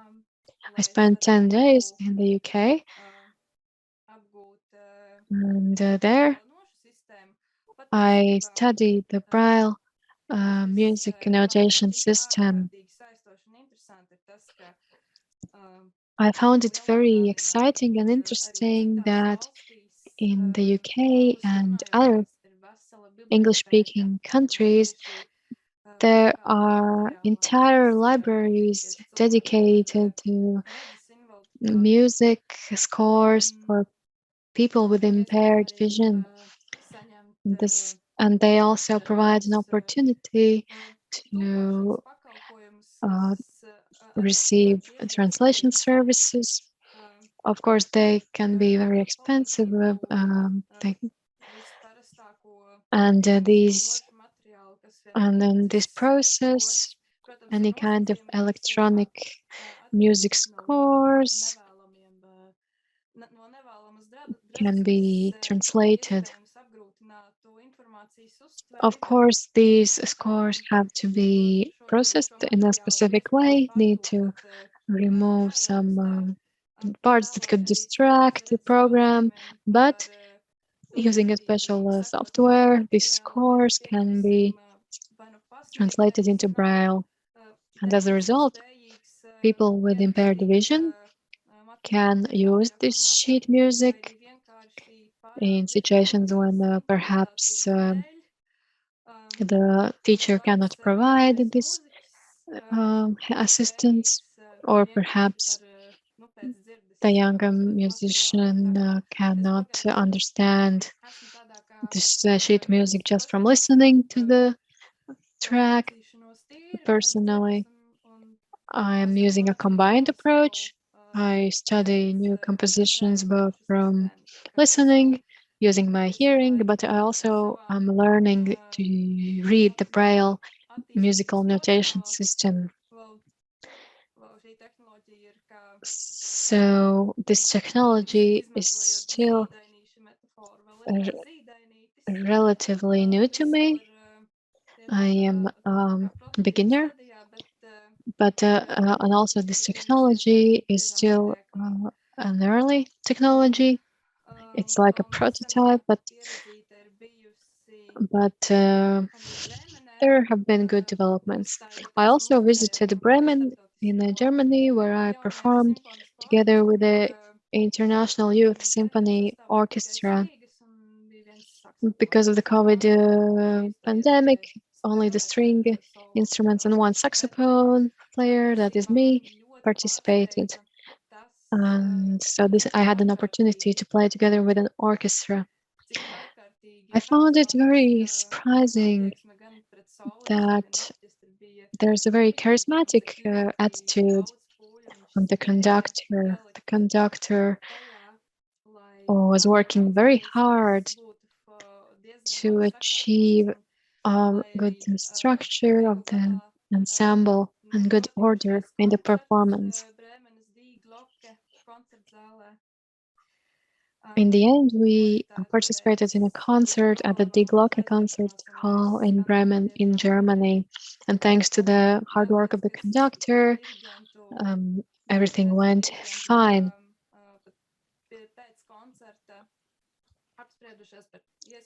After the concert, I also spoke with the conductor about possible further cooperation opportunities where I would not be playing the solo, but participating as a full member of the orchestra. Another important aspect I should highlight is that currently in Latvia, many people still think that people with impaired vision cannot fully participate in an orchestra because they cannot see the conductor. I don't think this is a proper attitude.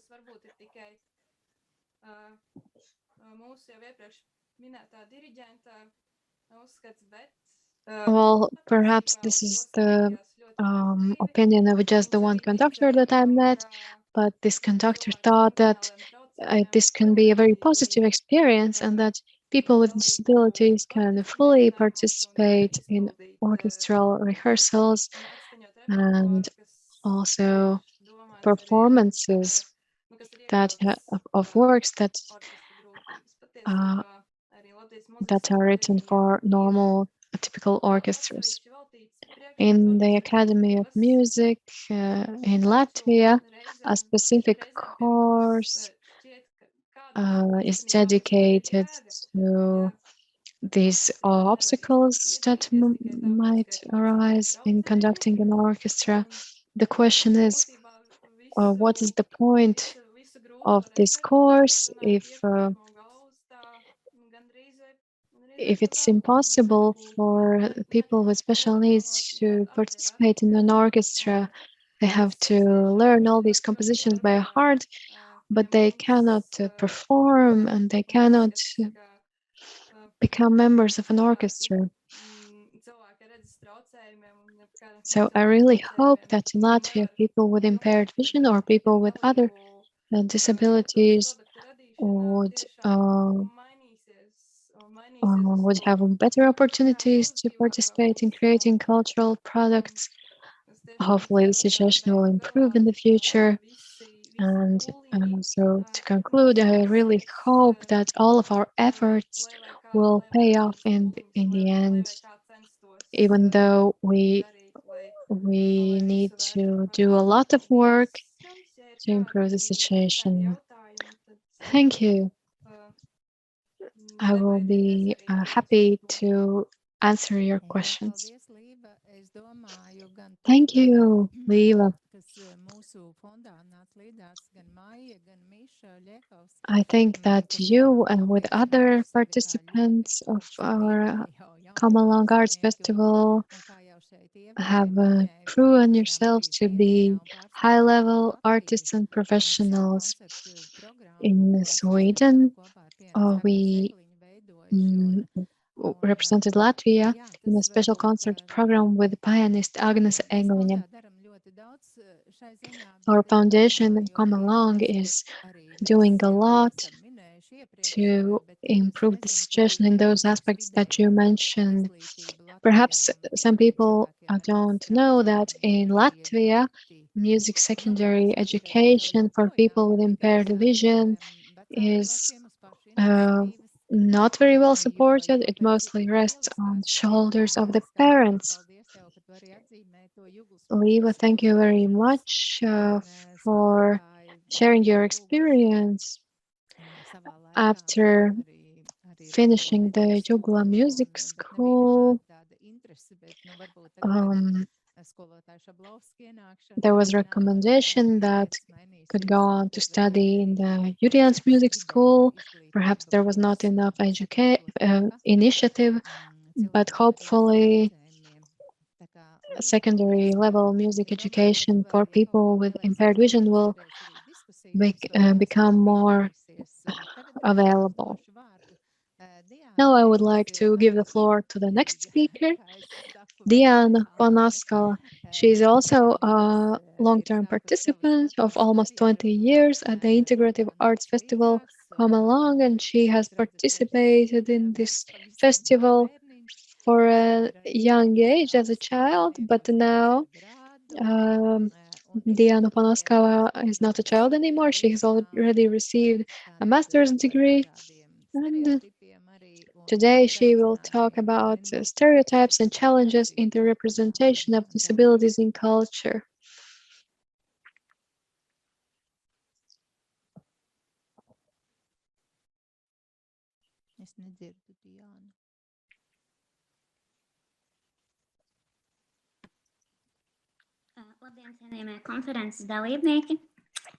Good afternoon, honorable guests of the conference. Thank you, Ms. Freiberga, for introducing me. So hopefully everyone can see my presentation on the screen.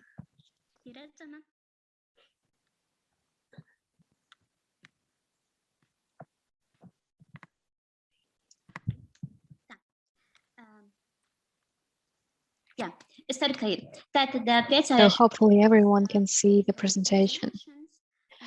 So it is a great joy for me to be able to share my experience. So the title of my presentation is Stereotypes and Challenges in the Representation of Disabilities in Culture, from Consumer to Creator.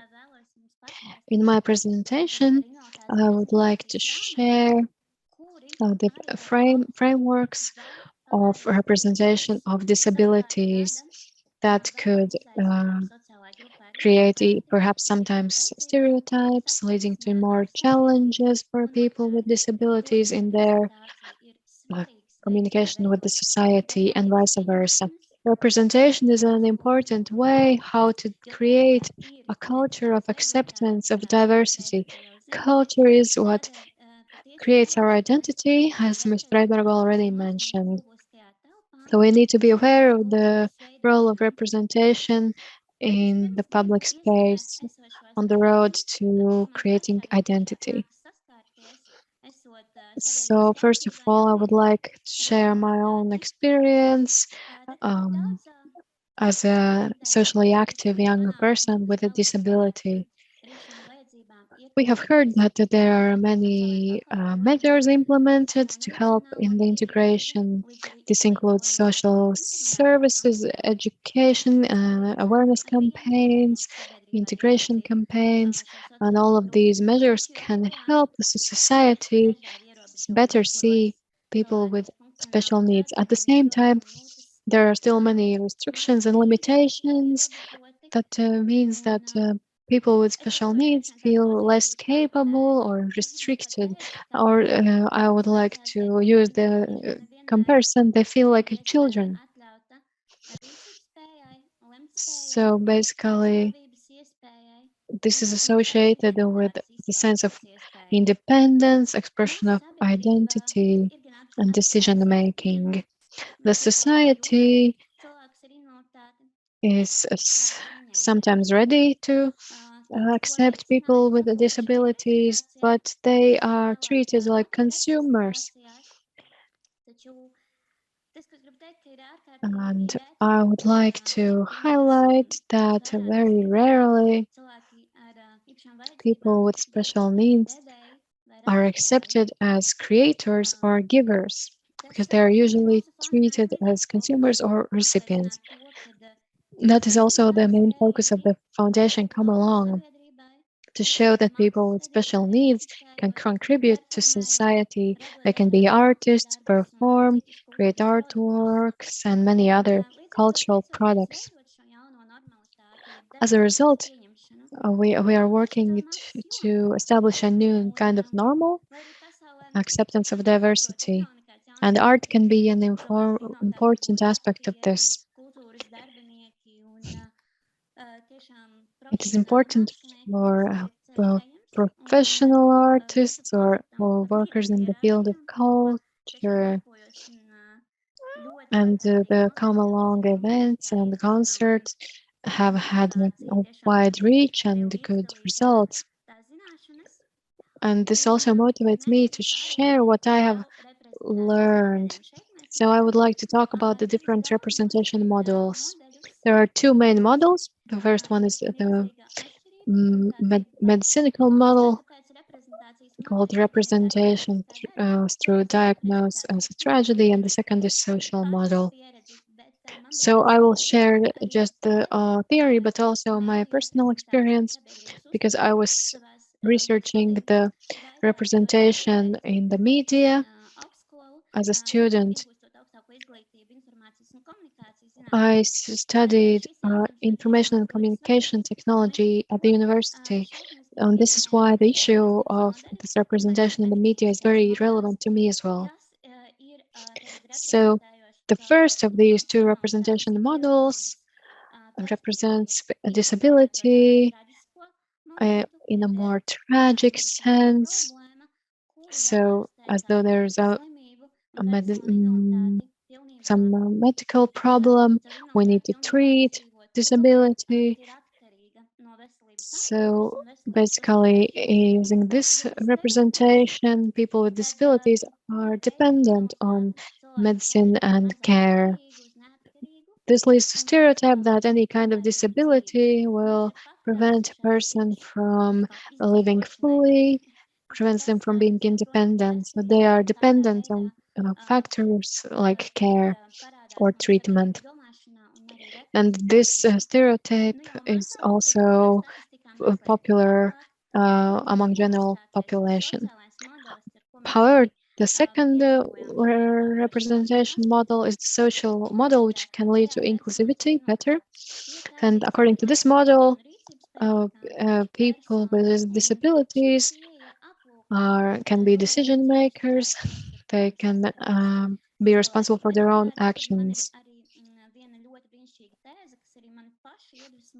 And what inspires me is the idea that people are not disabled because they have some sort of disorder, but because of the participation barriers that turn these people into people with disabilities. So this idea is really inspirational for me. And the point is that it's not because of the physical or disability, but because of the social situation. So I would like to also share the representation types of the social model. And these types are also used in the representation of the Kamalanga Foundation. The first type is the superhero type. And so apparently this superhero image doesn't cause any sort of negative consequences by default. And this superhero image depicts disability in the traditional sense of normalcy as an obstacle to becoming like a complete or ideal person. So basically, this narrative is used to show that people are doing something in spite of their disability. A person, despite their disability, are striving for normal life or some normal dreams, such as going to university or driving a car. For many people, this achievement, also the case of previous speaker Līva, I think that this is completely impossible, and this model is still very prevalent in the media. Model number 2 is the self-identification model for disabilities. How does this model work? People with disabilities are self-identifying themselves as people with disabilities. And disability is not seen as something extraordinary, but as a normal feature that doesn't make them that different. On the other hand, the self-identification model means that a person with disabilities might treat their disabilities with some sort of negative or perhaps a strict critical attitude. I will later perhaps better explain this using some examples.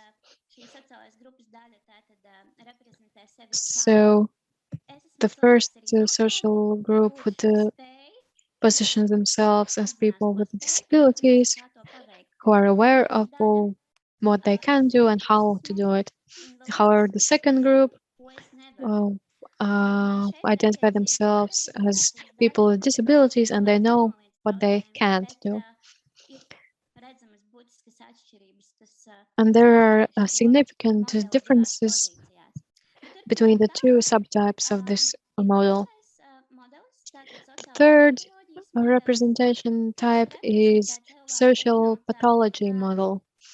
According to this model, people with disabilities are perhaps disadvantages or inconvenient persons, and the support of these people from the state or society is seen as some sort of charity or donation.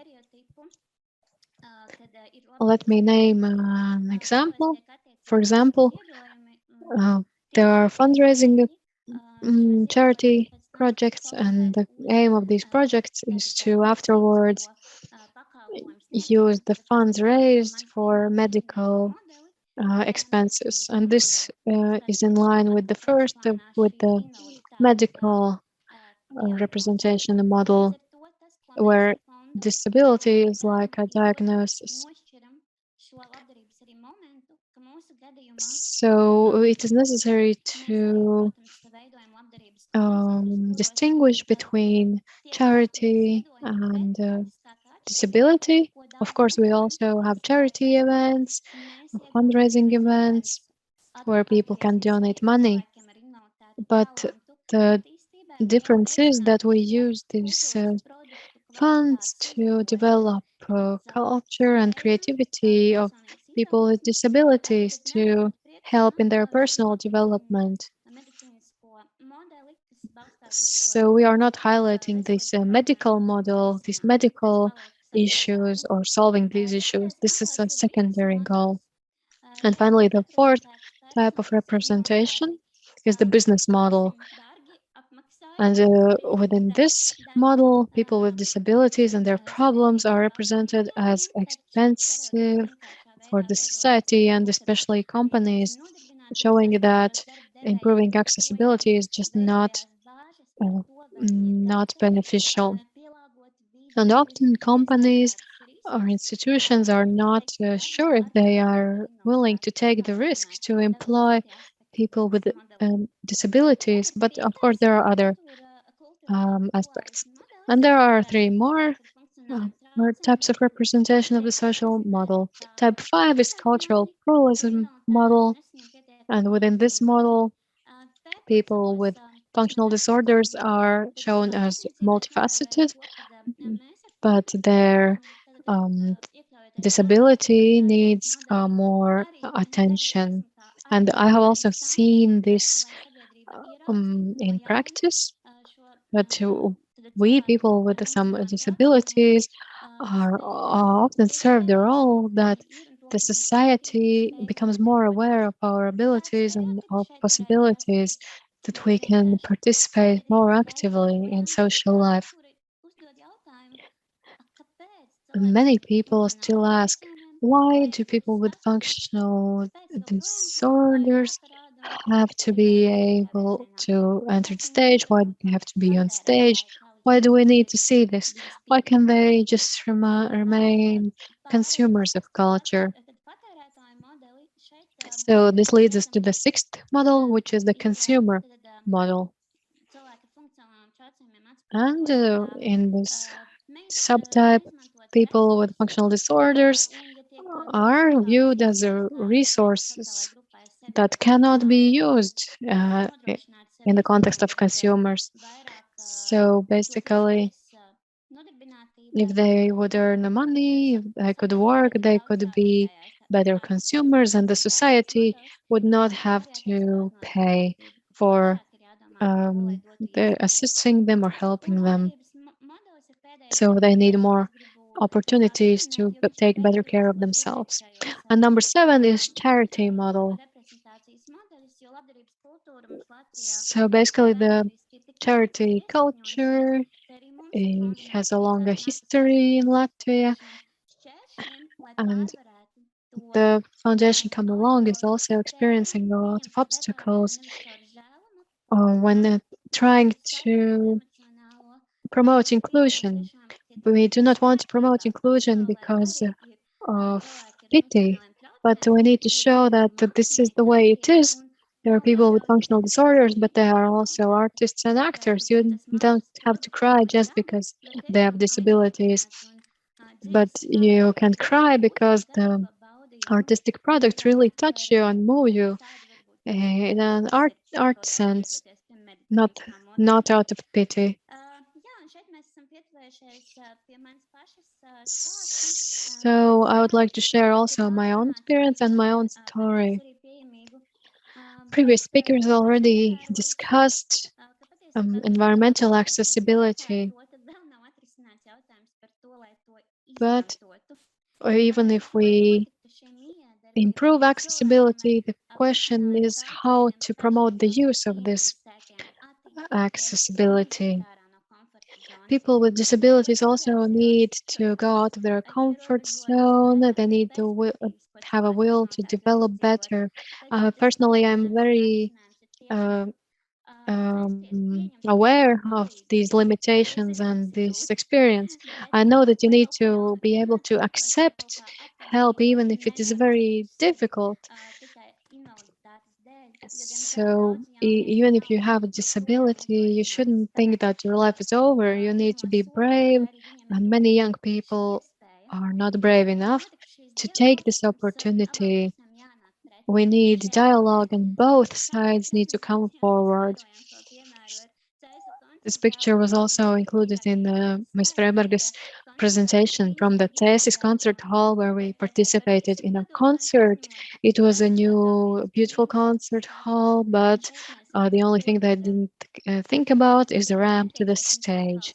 And this shows that really even if they have thought of everything, they have accessibility or ramp, we still need access and assistance,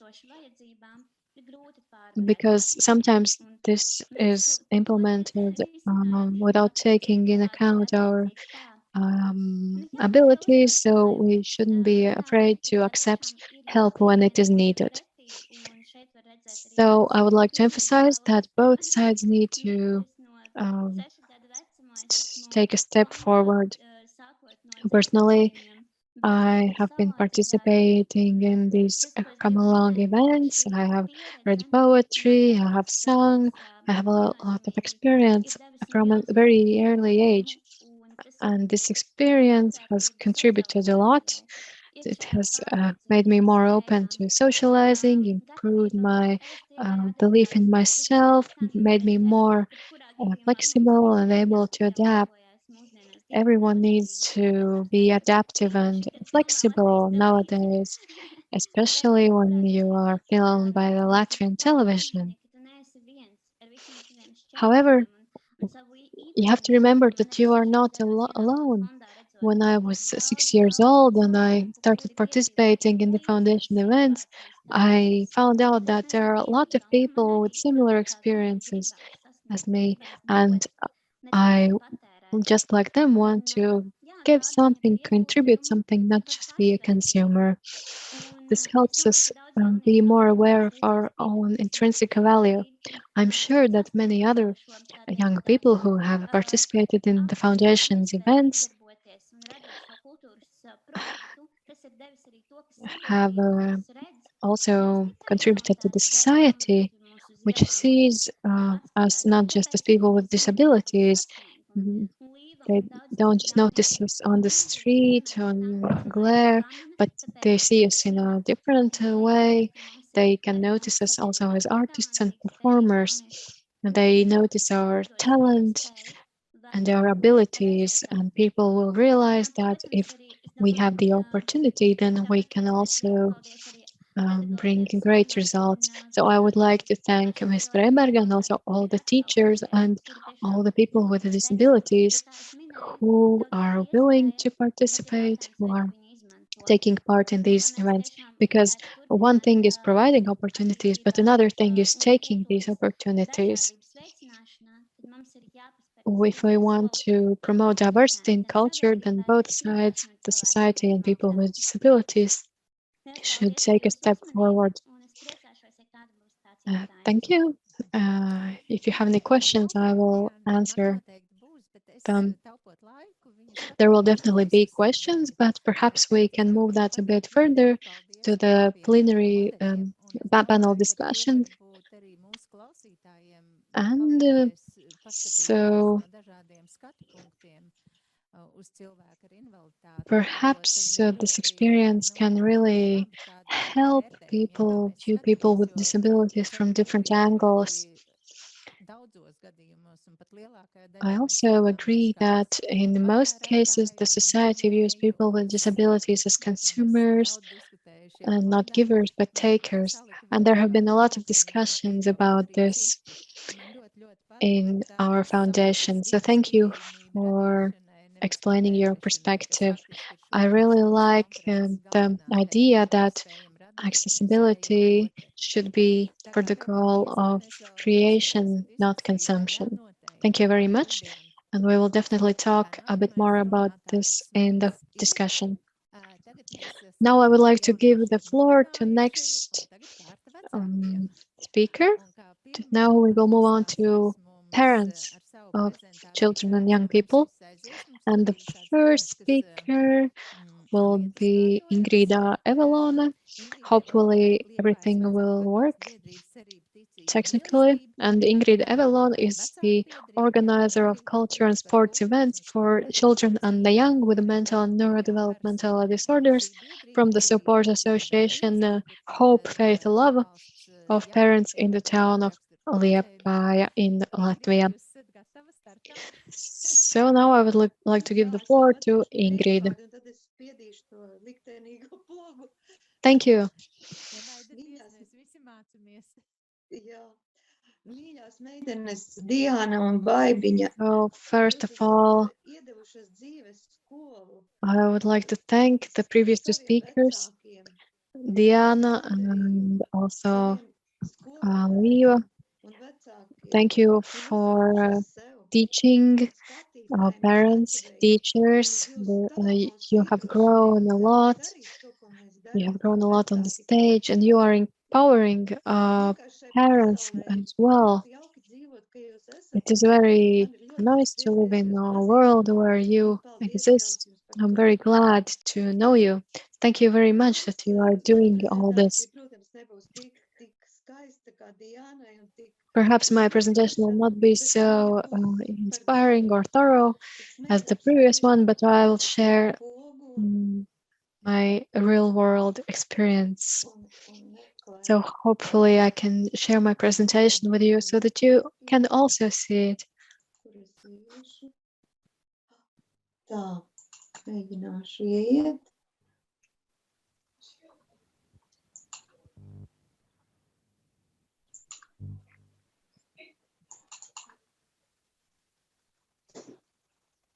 Iegāju. Tā.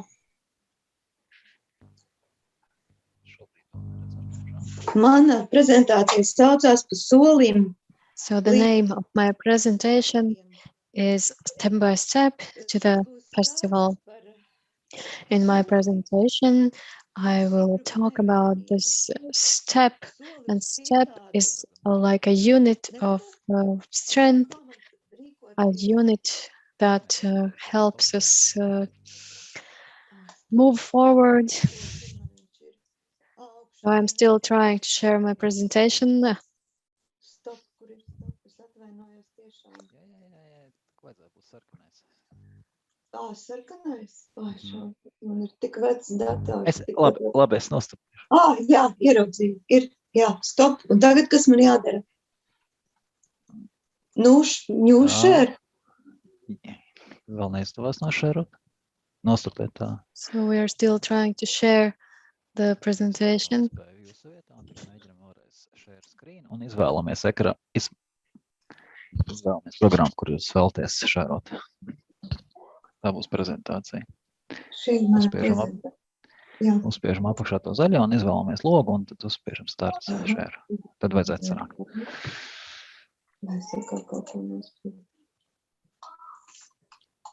Jā, tagad F5 nospiežam. F5 nospiežam, jā.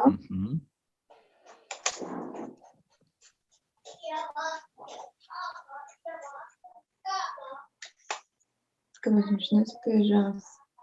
So I'm trying to full screen my presentation. Tieši pa vidu ekrānam, pašu augšējā rindā pa vidu ekrānam slideshow rakstīts. Uz tā uzspiežam ar pelīti. Tūlīt meklēšu slideshow. Labi. Jā, augšā pa vidu. Pa vidu. Ak, Dievs, nevar atrast. Kur palika, varbūt šeit? Nē, šeit arī nav. Mums jau vienreiz izdevās tik labi, kādēļ vairāk neizdevās. Labi, atstājam šitā patās, es pieregulēšu. Jūs pieregulēsiet. Labi, paldies jums. Jā. Es ļoti atvainojos, tiešām man ir tikpat vecs dators kā es. So I really apologize. My computer is just as old as I am, so it's not so easy.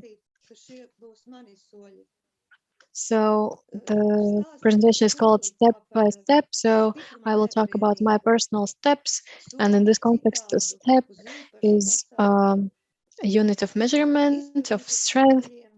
It's a step that leads us to a different, a better world, a step taken by society, a step of resilience, a step that creates a rhythm, a step that helps a child and a parent to develop and the child turn and develop into an adult. This is just my story, but there are many people with similar stories. So those who can share the success stories are those who took all these steps and made it to a festival, a celebration. And the joy of the parents is really something that cannot be overstated.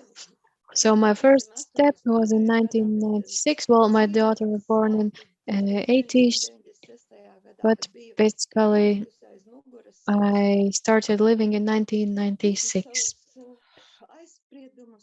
I had to leave all my stereotypes behind. Also, victim. Also trying to find the guilty ones and the blame. But I would like to talk about more positive things, not the negative things. 1996 was when I started to try finding people with similar experience as mine, the experience of other parents.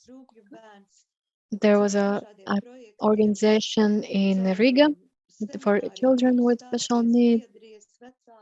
I also participated in seminars organized by Swedish parents and teachers, how is their experience like for already 30 years. I also tried to identify my own abilities and skills, and then we later on established our own parents association.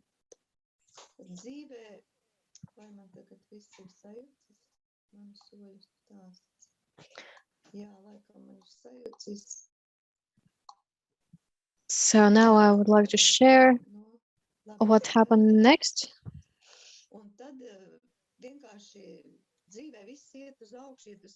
And if you start doing something, then life will bring you new opportunities and next steps. So it just keeps going and keeps improving. I am really a person who likes to take risks and participate in adventures, and just to improve something in my life, I moved to a new place. I knew to move to the town of Madona.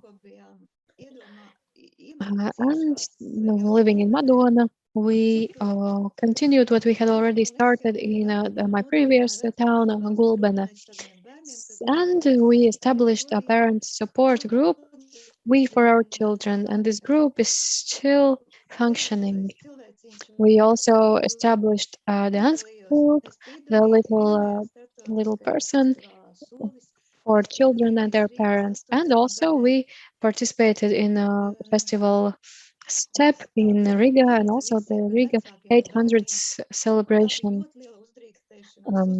events. It was a lot of stress and a lot of responsibility. We needed to dress participants between the different performances.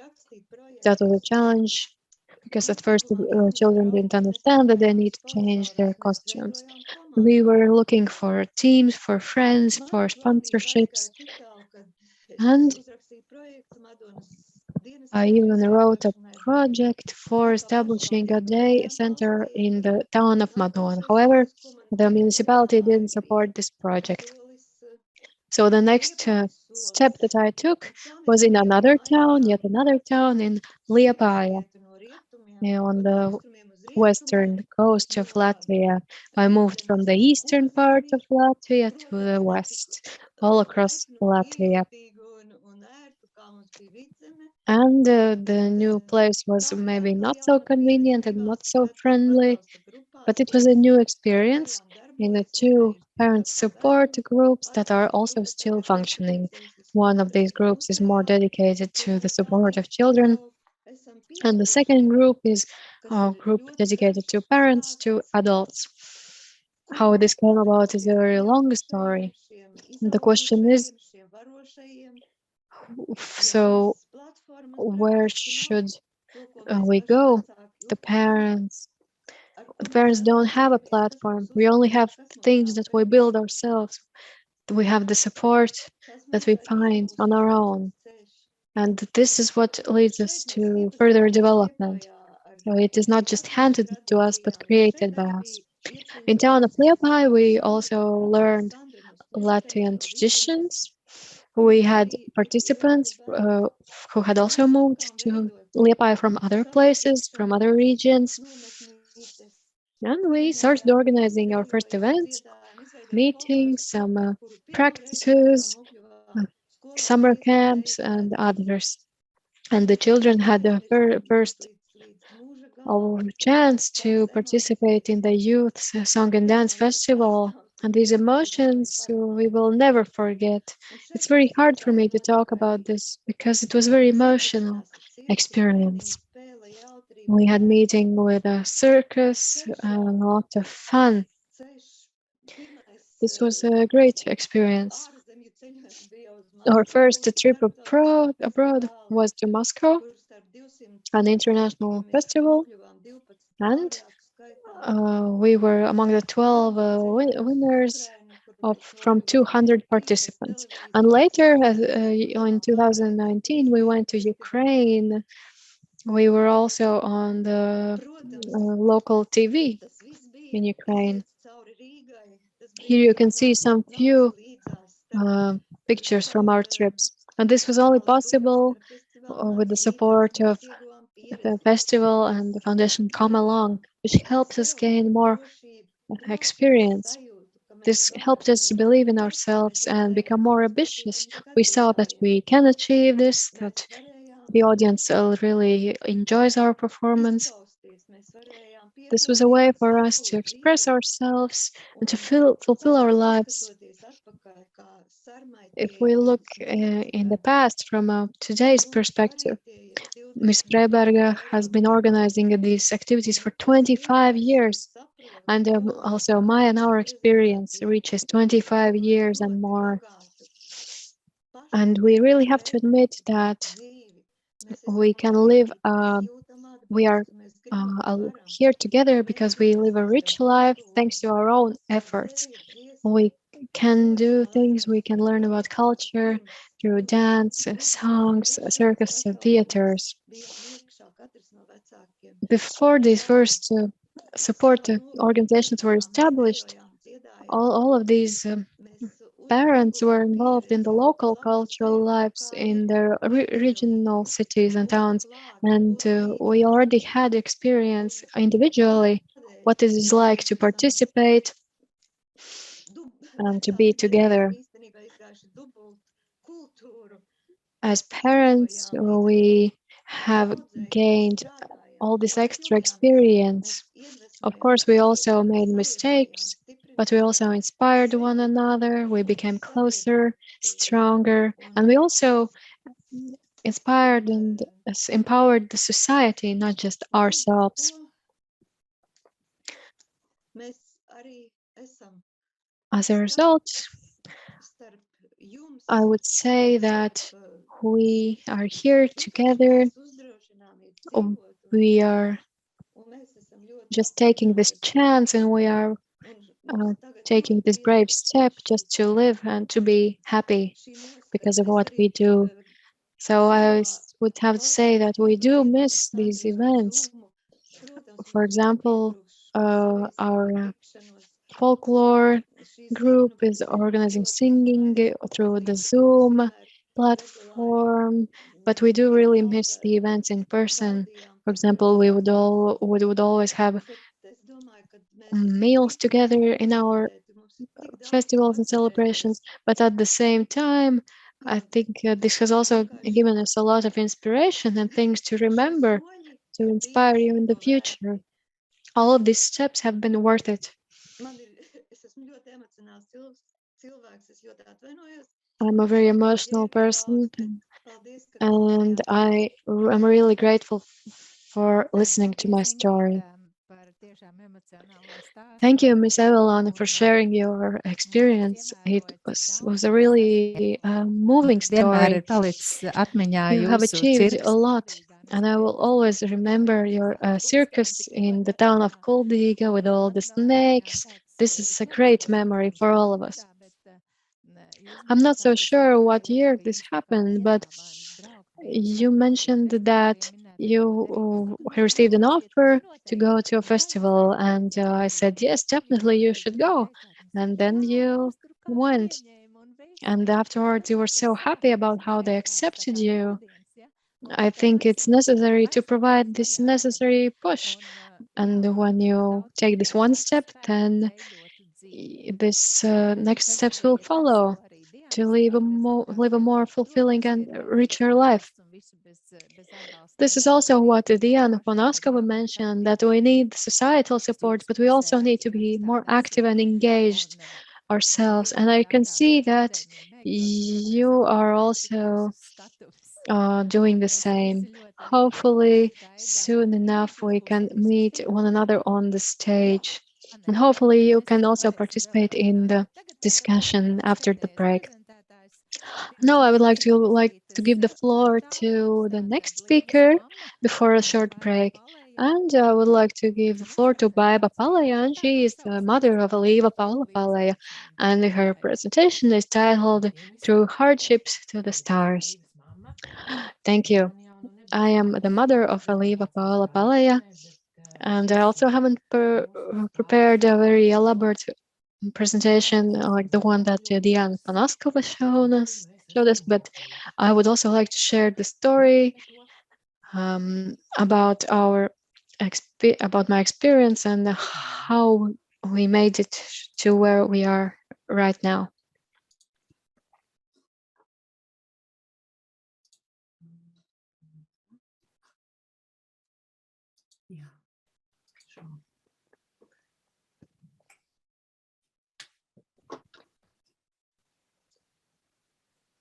Tā. Nu, lūk. Arī varbūt ir iespējams palaist slideshow, lai ir pilnā ekrānā. So now I will try to show the presentation on the screen.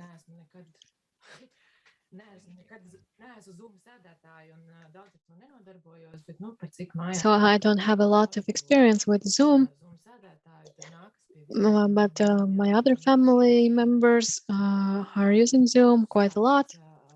So we also gotta get used to this technology. So Līva is a child with blindness from the age of 2 months. And this happened because of an oxygen mask. And she has never been able to see in her life. This has been a considerable challenge for us. We tried to provide everything that we could provide for her so that she would be able to live an independent life and even continue living when we are not able to support her any longer. She studied in the Strasbourg boarding secondary school. And the beginning was quite difficult, for example, because of the emotional issues. And later, Līva had younger sisters, and this also helped the parents become emotionally wholer. We weren't focusing on this sad story of Līva's disability, but we started treating it differently as a challenge, as a way of self-development and development of herself, as well as the rest of the family. At one point, we realized that Līva is able to do a lot, and we also tried to provide as much as we could to her. She completed the piano course, class in the music school, but she wasn't a big fan of the piano, so she moved on to saxophone and started studying saxophone in addition to piano. But she has always been very smart and curious. She had a lot of questions coming home from school. And we realized that she is lacking in knowledge. Parents had to be like teachers to her and search additional information. And when we realized how smart and curious she is, we realized that we can demand from her more. And so we, as parents, decided, and we made a decision to find out how good is her knowledge and education compared with the rest of the young people studying in a general education schools. So we asked the administration of the school to let her do the state national level exams. And Ms. Freiberga already knows that our experience was very difficult. It was a very difficult, long way. We had a lot of arguments with the management of the schools and the Ministry of Education. Līva was the first such a person, because nobody had ever envisioned how this examination could look like. The administration of the school tried to talk us out of this plan, saying that this would only be bad for our daughter. But in the end, she passed these exams with great results. And of course, she was also very happy about this. And this was also shown in in television and media. And there was a lot of attention after her achievement. We, of course, were very happy that she succeeded. Our goal was for Līva to study in a general education school, this Baiba secondary school, and she could not enroll in this school in the 9th grade. It took a lot of convincing and discussions, but so later in 11th grade, she started studying. And of course, at the beginning, this was quite a dramatic process. The entire family was participating in this process. It was only in our own interests to make her succeed. Nobody had any experience in how to teach a blind child. There were no materials, nothing. We enrolled in the school, and only then we realized that the education system is not ready for teaching such a child at all. We spoke with the publishing houses. We needed these PDF formats that are readable formats, because sightless people cannot read these traditional PDF formats intended for selling as ebooks. And also we needed screen readers and some technical devices and support. And we also faced some problems, because, for example, the screen reader was given for a term of 5 years for free.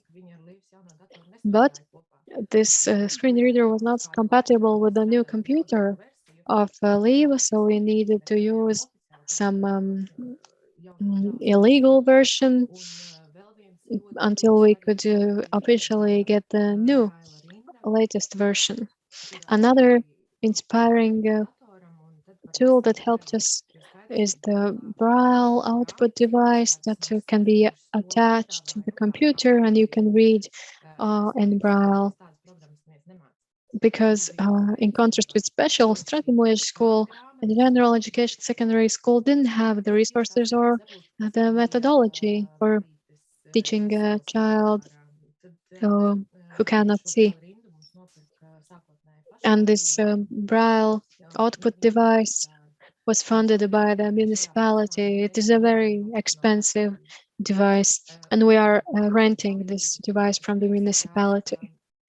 It is a great joy for us regarding the technical support tools that, of course, sometimes we are battling very hard, but thanks to all our efforts, the Braille output device is also now covered by the state if people need it.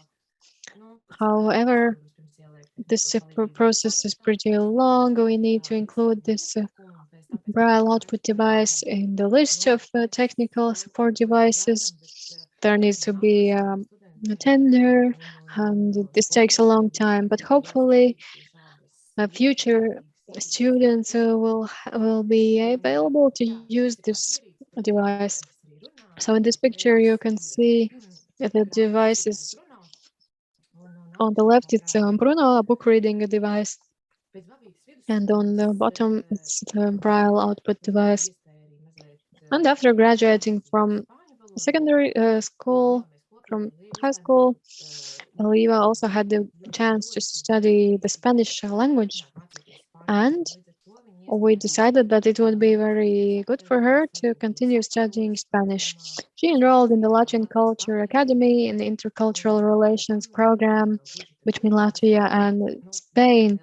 She also had a good enough grades and entrance exam results. She wrote a very good essay and can study for a state budget funding, so we don't have to pay. And the entrance exams for her were exactly the same as for every other prospective student.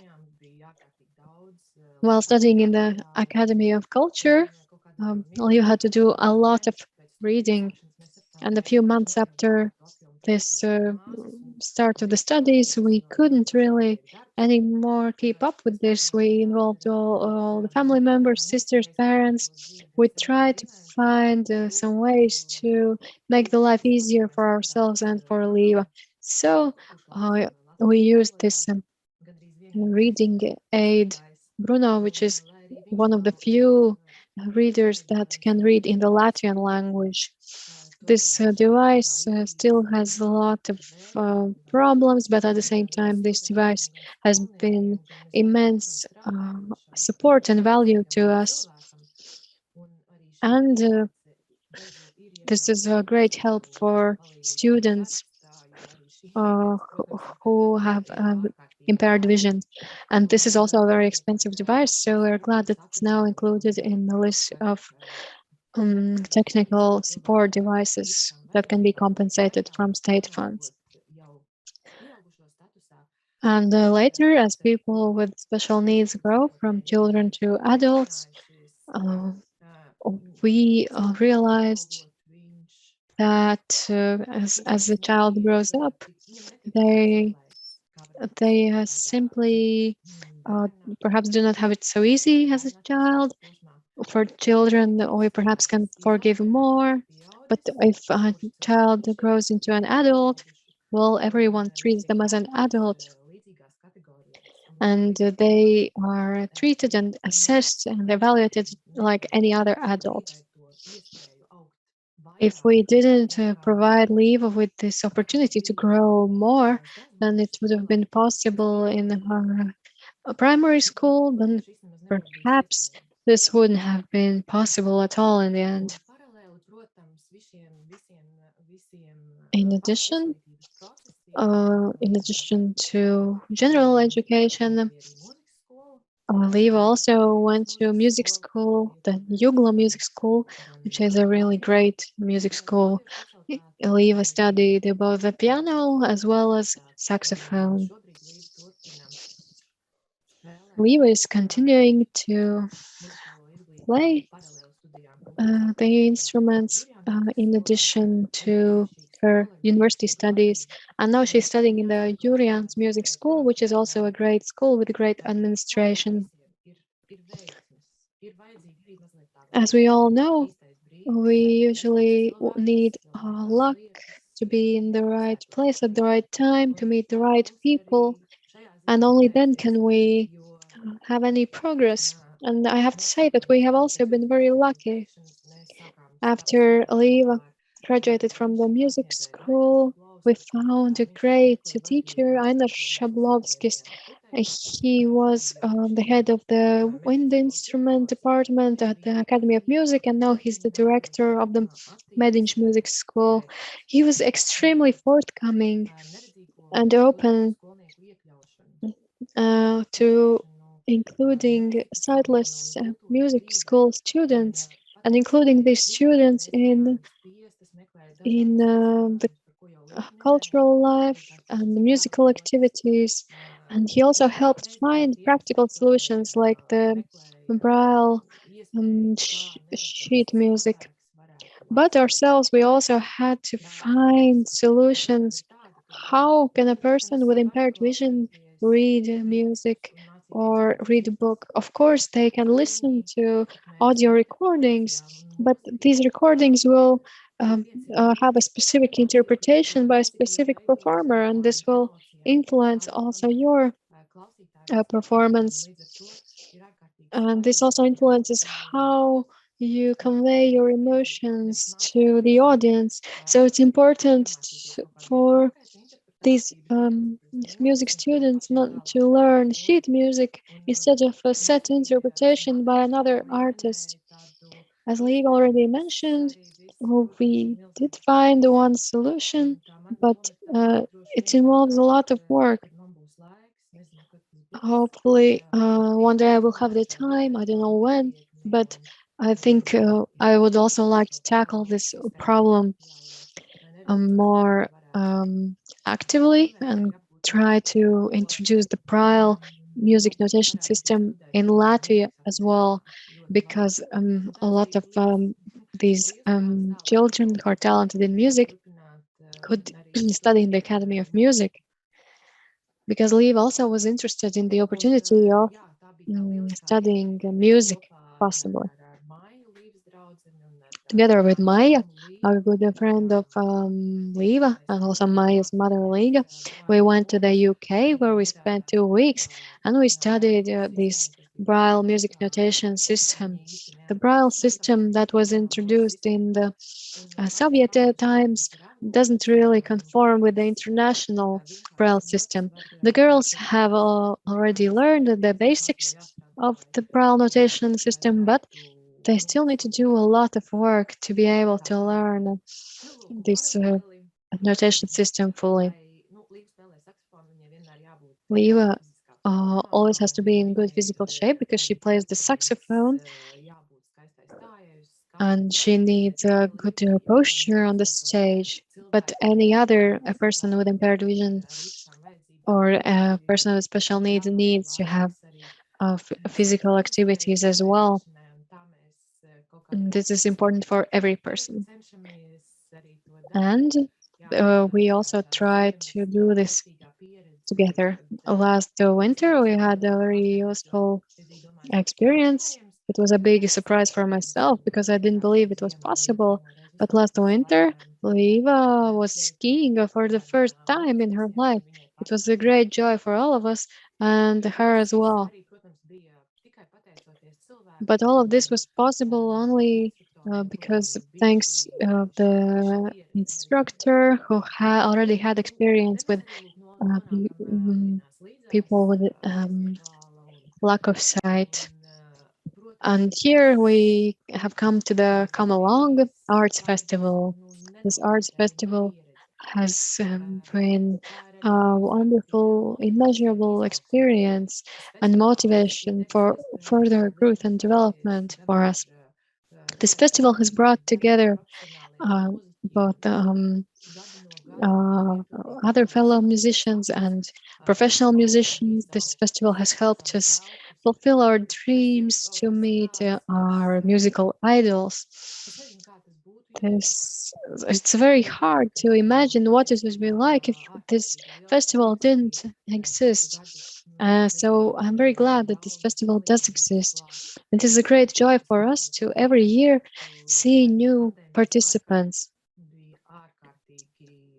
Even during the pandemic, it was a great joy for us to see all the participants taking part in this festival. Everyone can perhaps get tired once in a while, and I also get tired sometimes. Perhaps I don't complain so much, but I sometimes do complain to myself. But at the same time, seeing all these young people and children striving to move forward, to find new ways and solutions and new ways to grow.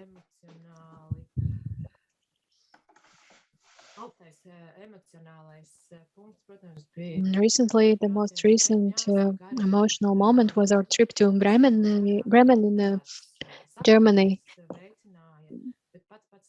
This was possible thanks to several coincidences, and Līva was performing a very complicated piece, and nobody cared if she can see or she cannot see, if she has disorders or no, but the most important thing was whether she can perform this. And the conductor in Bremen had chosen this specific composition, and Līva could perform it, and she could perform it very well. In the first rehearsal was probably the first time that the rest of the orchestra realized that Līva is blind. Perhaps only the conductor knew this in advance, and everyone was very surprised. These orchestra musicians came up to us after the rehearsal, and they had many questions about how she is studying the music, what is the process like, and is it different from how they do it. All these musicians were very open and responsive, and they also spoke to Līva. And it was a great joy to me as well. The concert took place in a beautiful concert hall in Bremen called Die Glocke, with a great acoustics. Of course, this concert hall was not packed, but there were more than 300 audience members. I cannot simply describe the emotions after hearing the applause. After the concert, I didn't really want to speak to anyone for 2 days. When Ms. Freiberga wrote me, she asked me how did it go. I just responded that it went well and let's talk tomorrow. I didn't really have any energy to speak with nobody because this was so moving. This was very stressful because it was a complicated composition. I wasn't sure if Līva would make it, but she could perform it very well. She did it. This was made possible only because of the immense work, and this has nothing to do with being blind. Sure, we know that being blind, that is a diagnosis, that is a fact. However, you need to put in exactly the same amount of work and even more work as any other musician to become competitive. So it is a great joy for me that we managed. So we have gone abroad several times, and we are also very observant. We pay a lot of attention, and the concert hall in Bremen is very old, and of course it's not possible to rebuild this. But in here you can see that there is a stair to the stage, and a very simple means how to ensure that people who cannot walk can get up to the stage. They need assistance, of course, but this can be done very simply. And I don't think this is an expensive solution at all. So I would like to thank everyone who's participating today, and thank you for listening. Hopefully see you very soon. Thank you, Ms. Paleja, for your inspiring story. As we saw in Ms. Paleja's story, this is a difficult road, but it's possible as long as you have the will. Ms. Paleja will also join us in the discussion where you will be able to ask questions. So now let us have a short break until 2 o'clock.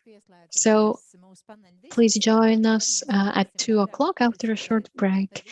And in the discussion, we can talk a little bit more about all these topics that we already discussed. However, many questions remain.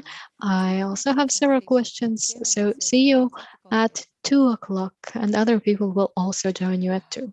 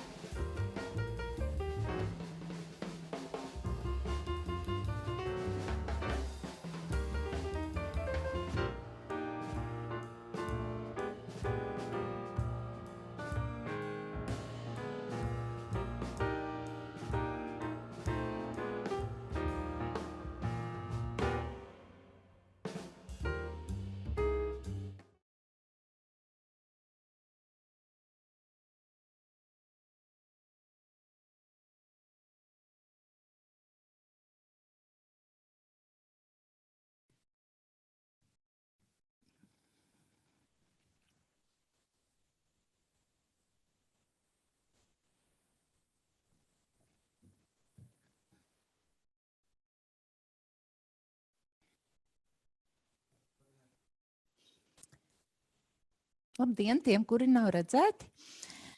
Un mēs turpinām konferenci cilvēku ar īpašām vajadzībām. Welcome those who have joined us just now. Let us continue today's conference.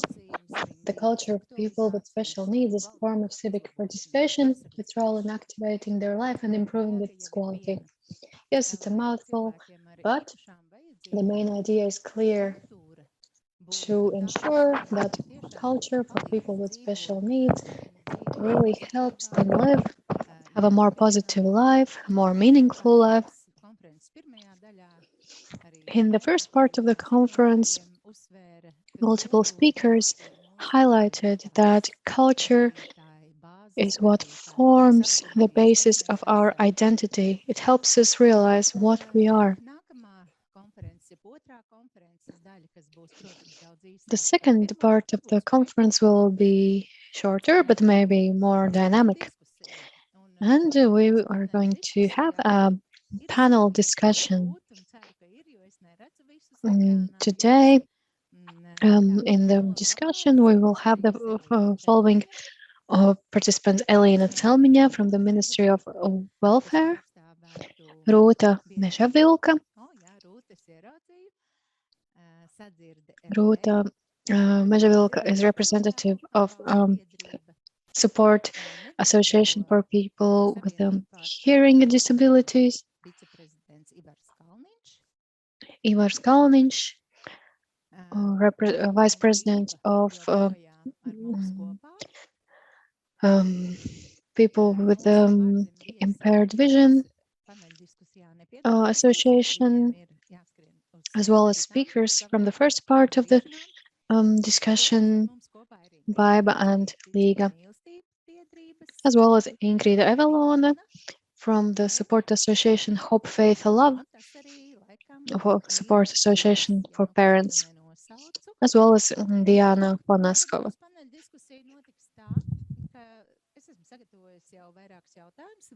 I already have several questions that we could discuss during this discussion. If any of discussion participants could answer to your specific question, you can also ask questions if you want. So we will first discuss the first questions that we have already prepared, and in the end, if any of the audience members have any questions, so perhaps one by one, you can also ask your questions in the end. So first off, I would like to ask a question to Rūta Mežavilka. In the first part of the conference, we already spoke about stereotypes, about people with special needs. There are stereotypes that these people are unable to do something, unable to create culture, unable to create a valuable cultural product. Does this also apply to people with impaired hearing?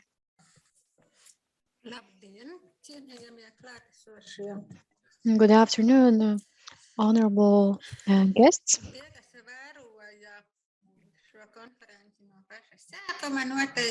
Perhaps if you watched this conference from the beginning, you heard a presentation by Diāna Ponaskova, and in her presentation, she discussed how exactly the society views people with special needs.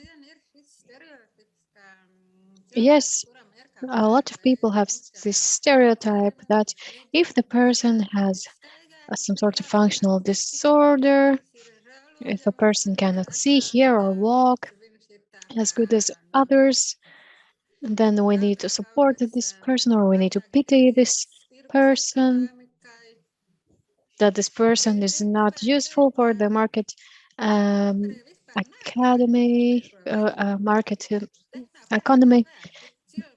But I think we need to focus on humanity. Of course, some people have worse hearing ability, perhaps they cannot move, they have worse mobility than others, but all the people have similar human needs. There is a concept called universal design. This universal design is not about beauty or aesthetics. Universal design has been developed with the purpose of ensuring that a service or object can function, that also some cultural events, some exhibitions are accessible and understandable for everyone, including those who cannot perhaps see, hear, or move about as good as others.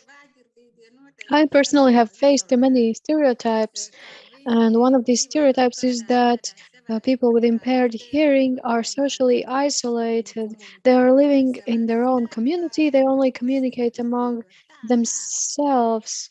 But this is not the case. Many people with impaired hearing actually live differently. These are people who lost their hearing at an older age, perhaps after 60, 75 years of age. Perhaps they lived their whole life in a very active way, and they continue living an active life even after losing hearing. However, as a matter of fact, they simply lost their hearing, or their hearing is worse than before. And I would like to share our needs and requirements. What would be our wishes? And first of all, our wish is to have subtitles in public events, seminars, and also in online seminars like this one. We need to ensure live subtitles, or as it's called in English, live caption. And there are two ways that we can ensure such live captions. So first, these could be automatically generated using artificial intelligence. And in the English language, this even works pretty good, even on the Zoom platform. However, in the Latvian language, there is no such solution developed. The Latvian company Tilde is working on this technology, but at the same time, this technology can be expensive or not developed enough. When people are speaking, they perhaps speak unclearly. The endings of the words are not clear. There are little small words, irrelevant words, and artificial intelligence in the Latvian language has not been developed enough to be able to understand the context and make good live captions in Latvian. The second option would be to have a live person, a live captionist who would type, would like similarly like we make minutes in a meeting. This person would write down what is spoken. Such a live captionist in the Latvian language would have a much better results than artificial intelligence. They can already provide structure that is understandable for the audience. In our organization, we have spent many years talking with the Ministry of Welfare, also talking with the Ombudsman, many other state and municipal institutions. And every time we face this same answer, yes, but there we don't have a professional standard for live captionist. There's no opportunities to do this. We can't do this. So I think this is a lack of political commitment, a lack of political will. Last year, at the first wave of the COVID pandemic, we started organizing remote meetings. In Riga city municipality, we had a remote meeting for support of people with disabilities, a consultative meeting. Personally, I am also a member of the Riga City Council from the political party for and the progressives. And I also am very interested in these measures and implementation of these measures. And during the first meeting, I was the person who would write the live captions. Also, Ieva Reine was participating, and also others. There were a few participants who had impaired hearing. And afterwards, people said, "Hey, that is so simple." And I said, "Yes, that is simple. We need to admit that this is a service that we need, and also to provide the funding to make this possible." Riga, as a municipality, has still not implemented this. Why not? Because we need for the Ministry of Welfare to make the first step. This ministry needs to admit officially that this service is needed, and this profession could be included in the standards. What is the situation like in Estonia? In Estonia, live captioning services are available. There is a private company training text captioners, live captioners. They are taught to type very fast on the keyboard and turn speech into text. Estonians didn't just invent this, they borrowed this from Finland, who also has this experience. And in Finland, such a system has already been introduced. This is similar, like with sign language interpreting. And the state covers the costs necessary for education purposes for a certain maximum amount of hours. However, private individuals who need this service can also directly access this service if they are organizing a conference. And this is how it works in Estonia.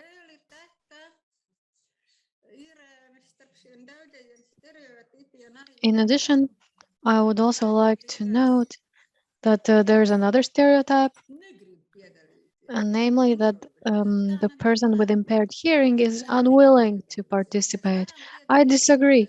We want to participate and we can participate. However, we are lacking communication opportunities. We are lacking also information. And I really hope that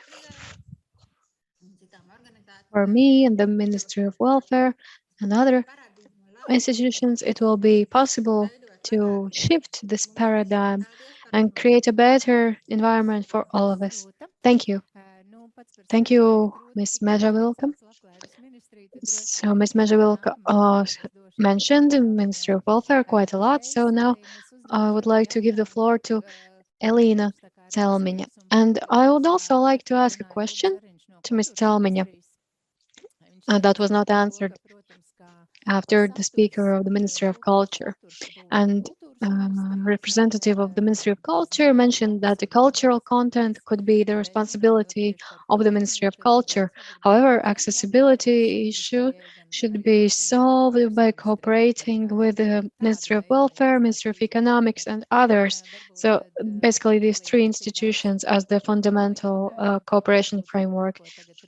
So perhaps you could touch a little bit upon these issues. And good afternoon. conference participants. I also joined the conference a little bit in the morning. However, I didn't hear all the participants fully. I would like to provide our view. Yes, the Ministry of Welfare is the state institution that is coordinating the implementation of the UN Convention. And our ministry is also excited to participate in this and implement this. However, unfortunately, we cannot say that we would be the experts in all areas covered by the convention. This includes technology access, physical accessibility, special education, and many other areas. So basically, each ministry, each expert would have their own knowledge. And so it would be impossible to take all the needs of people with disabilities and use Ministry of Welfare to fulfill these needs with their initiatives and assistance. So we are very pleased that some of the ministries have already started identifying the special needs of people, and according to each policy sphere, find solutions and make these matters more accessible to people with functional disorders. Naturally, the change doesn't come as fast because perhaps you already have experience for 20 and more years, but this doesn't happen so fast on a societal level. There's always the question of priorities. We do know that Latvia is not a very rich country. There are some pressing issues, some painful matters, the question of political will, and all of this creates the background for why something is or isn't happening. But this shouldn't be taken as an excuse for not doing something. Today, in the afternoon, we are going to meet with colleagues from Estonia and NGOs to discuss in better detail this live captioner profession. We will consult with Estonians who already have this experience. At first, they developed this as an EU funded project. They have already established a live captioner association. They have company in the open market training these specialists. It was very hard for me to find a person who could participate in a testing in Zoom to test out this technology, which you can also use on the Zoom platform. So basically, it was very hard to find a participant who could be willing to participate in such experiment, because in many organizations and companies, most people writing transcripts or minutes usually listen to the audio recording, not live. However, we have started working on this matter, and we really want to make progress. There is no doubt. So, as regards access to cultural content, I would agree that this could be a question that involves 3 ministries. In the past years, we have already prepared several guidelines applicable to employers, universities, and higher education institutions. We're also organizing seminars and consultations organized by NGOs regarding accessibility. And these NGOs go around Latvia to consult. Usually, this is funded by EU funds within the framework of special projects. in order to evaluate if environmental access is does it match all the necessary standards. And also we need to provide greater support and improve accessibility, not just for people with impaired mobility, but also other disorders. We have envisioned activities for service providers, but also other social service institutions and others to improve the accessibility for people willing to receive services. In order to implement this project, we need to set specific criteria, and we will definitely not be able to improve the situation in all the services across the 7-year framework. And we know that other sectors are also showing interest. For example, Ministry of Economics is responsible for construction industry, and they are discussing these matters with the responsible bodies involved in construction. So there is more progress than even 10 or 15 years ago. However, those people just living in their own municipality perhaps are not really aware of all the progress that we are making on a broader scale. There are also town-wide or city-wide initiatives that are very successful. Even if you go to another town as a tourist, you can notice that these municipalities are paying attention on taking into account the needs of people with disabilities. So I would say that there definitely are positive developments, but if we have done something yesterday, we take it for granted and we keep focusing on the things that are yet to be done. However, it's a bit hard for us to say thank you, to inspire us for further achievements. So I think we need to really appreciate what has already been accomplished and to really provide a further push in the future to achieve more. As regards the investments of EU funds, our ministry has proposed that the recovery activities in culture would have a bonus criteria in project applications. So basically, if a project provides for better accessibility and inclusion, this project will receive extra points in the project call. As a result, these projects promoting inclusivity would have better chances to receive EU funding. And even including the small additional criteria can be very important. But perhaps people listening to this conference are not even aware of these measures. And we are trying to take care of this, and we're trying to make progress. But this is usually behind the scenes, and most people are not aware of these developments.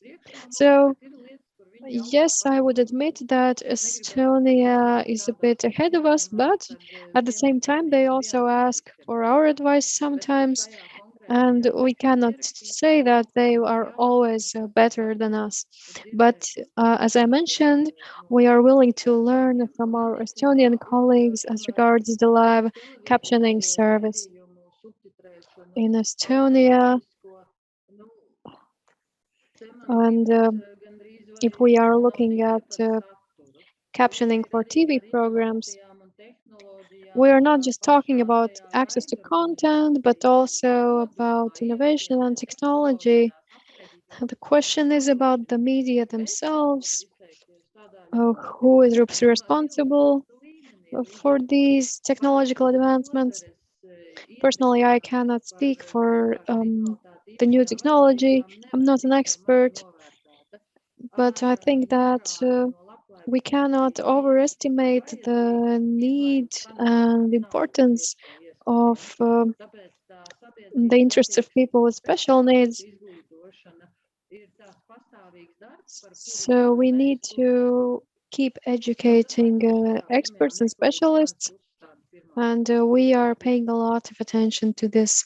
So that would be all from me for now. Thank you, Ms. Celmiņa. And this project that you mentioned was also news to me, and it would be interesting to find out more, because we may be not sure where to find out more information about this. So perhaps you could share where we could look for such opportunities in the future. My next question. So does the Ministry of Welfare have any ideas? For example, I know that in Israel, they provide short seminar or training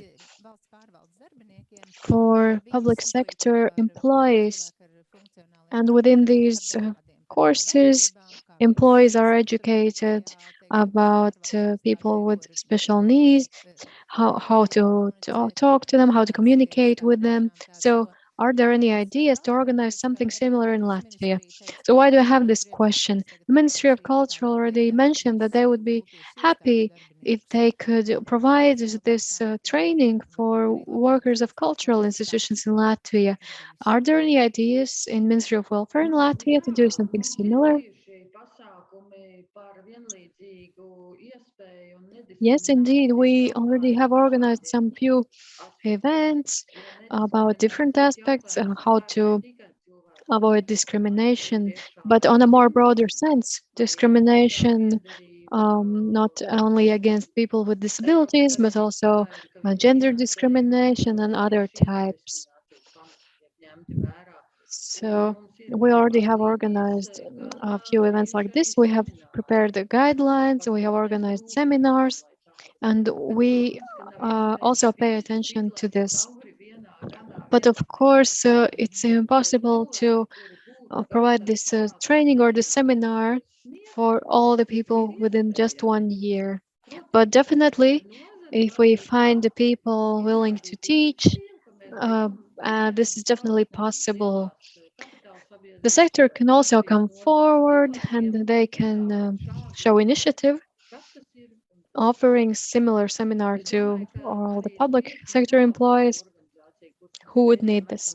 I'm pretty sure that the NGOs in Latvia who have already participated in similar events could be willing to work as lecturers in educational seminars. We can also do this in a more informal way. We do not really need to attract EU funds or anything else, but we can just propose that we want a seminar organized, supported by the ministry. So thank you. And where can we find the recovery and resilience funded project? Yes, I will share you this in the chat. So this is a new Ministry of Culture event in the new action program EU React. So within the project category, recovery events in culture. And we are the responsible body for assessing criteria relevant to disability in all events. If we see that that such good criteria is included in the event, then we would support this. But so this is a Ministry of Culture activity. Thank you very much. I'm sure this is very relevant for everyone watching us today.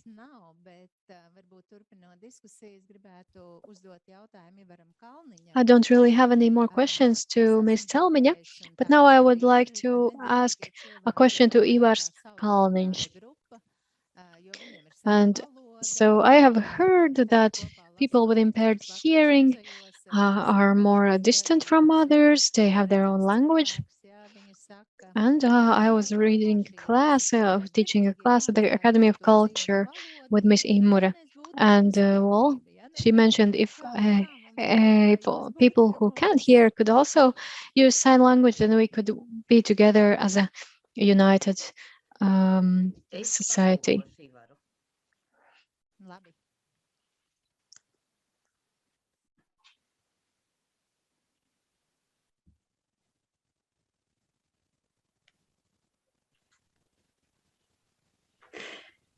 Elza, pasaki viņam, ka es viņu redzu.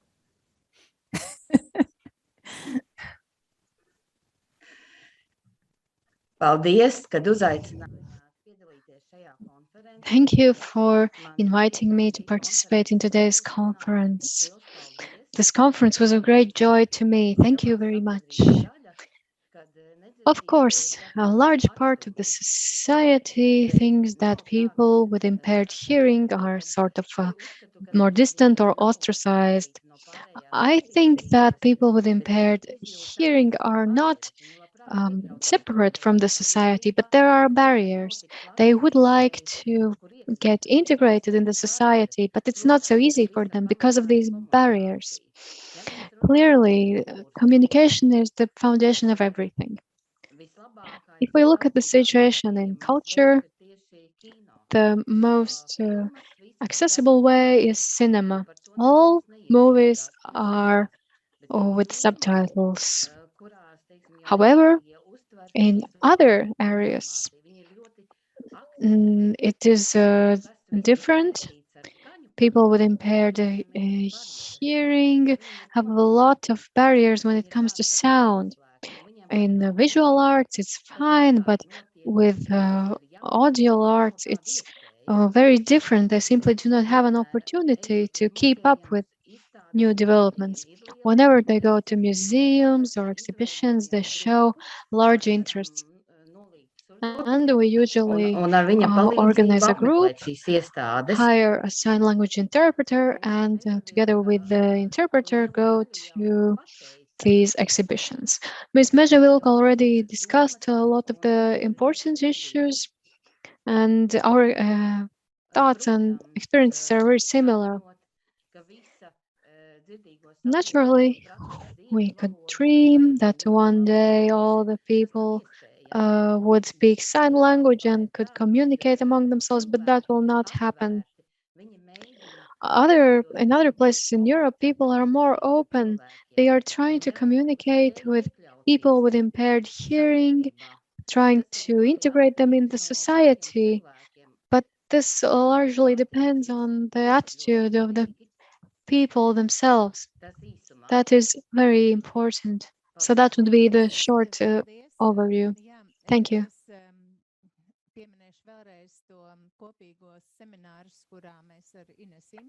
Thank you very much. Working together with my colleague Ines Imure, I also learned quite a lot. And I think we have all learned a lot. This experience really shows that if you do want to communicate, like Mr. Kalniņš said, you can just go to the other person. Perhaps we should learn from Italians because they use gestures. You can just touch one another. You go to a foreign country, you do not speak their language. You want to say something, and we use the gestures and facial expressions. I think this is a similar situation. We need to be braver. Mr. Kalniņš, do you agree? Yes, definitely. So at least for today, Please let us be courageous. Let us show with our body language, with our face, what you would like to express. And if someone is asking you a question, you can at least answer as much as you can. So it is a great joy for me that we are here together today. We are very different, but at the same time, we have similar thoughts and similar wishes. We have similar human needs. And in this context, I just remembered one time when we were coming home from a concert in the town of Jelgava. And so these two girls who were on the bus were saying, these people who can't hear, they must be so unhappy. But sometimes it can also be the other way around. But at the same time, we have to move forward from where we are at present. We cannot get back our hearing or our vision or something else, but we can definitely move forward to some new places. So I have another question to Baiba Paleja, mother of Līva.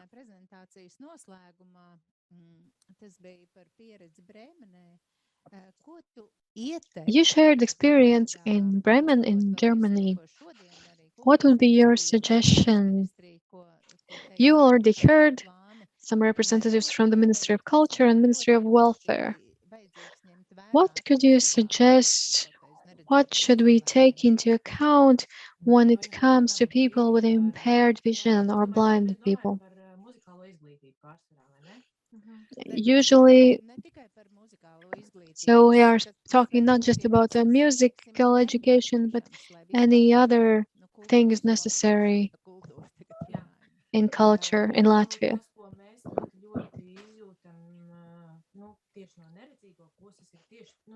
In Latvia, we do really feel that it's the biggest problem is secondary musical education. This is the missing link. If we look at the story of my daughter Līva, this is an exception. This is our initiative, but we would like that the system itself would provide this way. When the talented blind young person complete the primary music school, it would be good if they know where they can go next in Latvia. I have another question.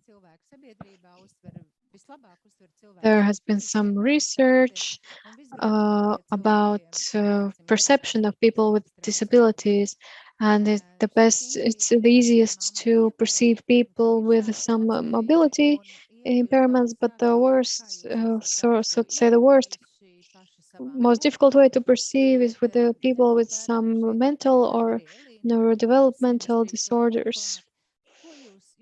And so I would like to ask Ms. Evelone, from her experience, what could the state do to support you? Yes, I hear the question, but so at this point, I feel exhausted.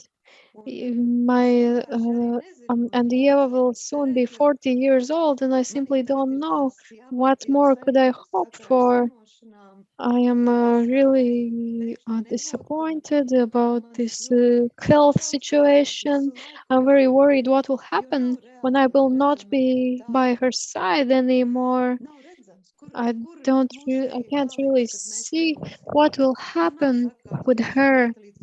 What will happen to the younger generation when their parents cannot take care of them no more? There are a lot of gaps in legislation still. The delegation of responsibility, the responsible representative of person.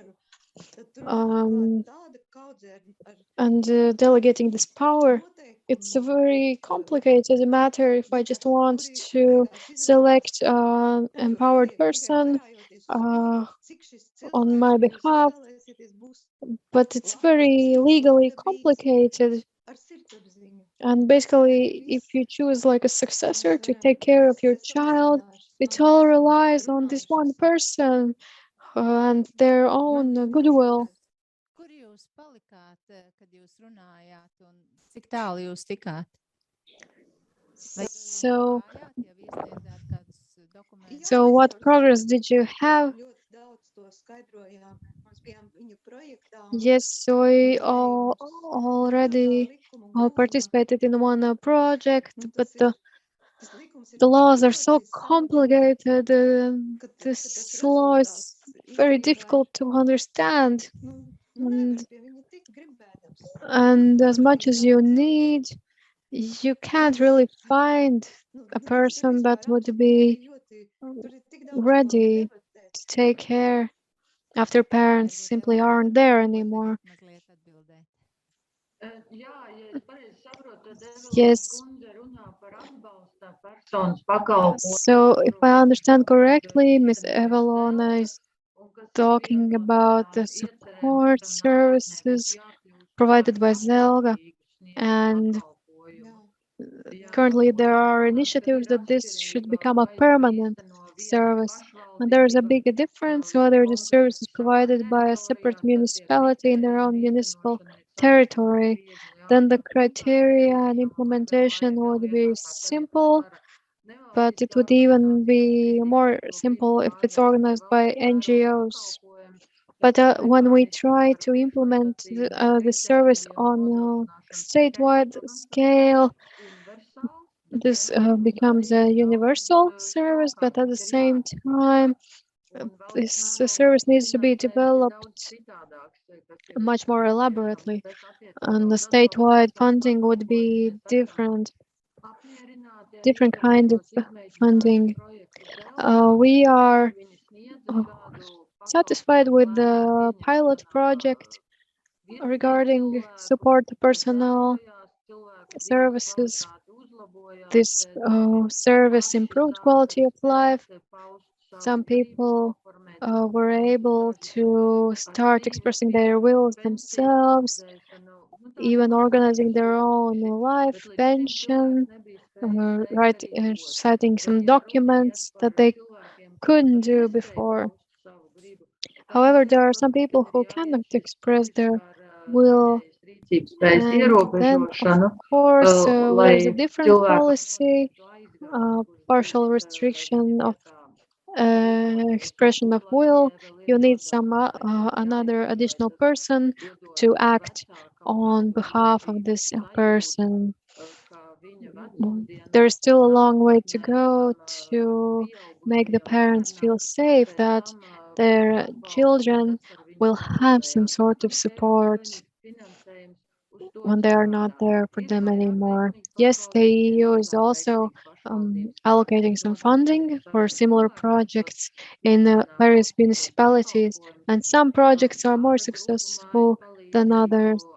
For example, there are group housing, some services bought already from the Zelda system, but the experience is very different. Latvia has also made a step forward with the support of EU structural funds. These services are more accessible.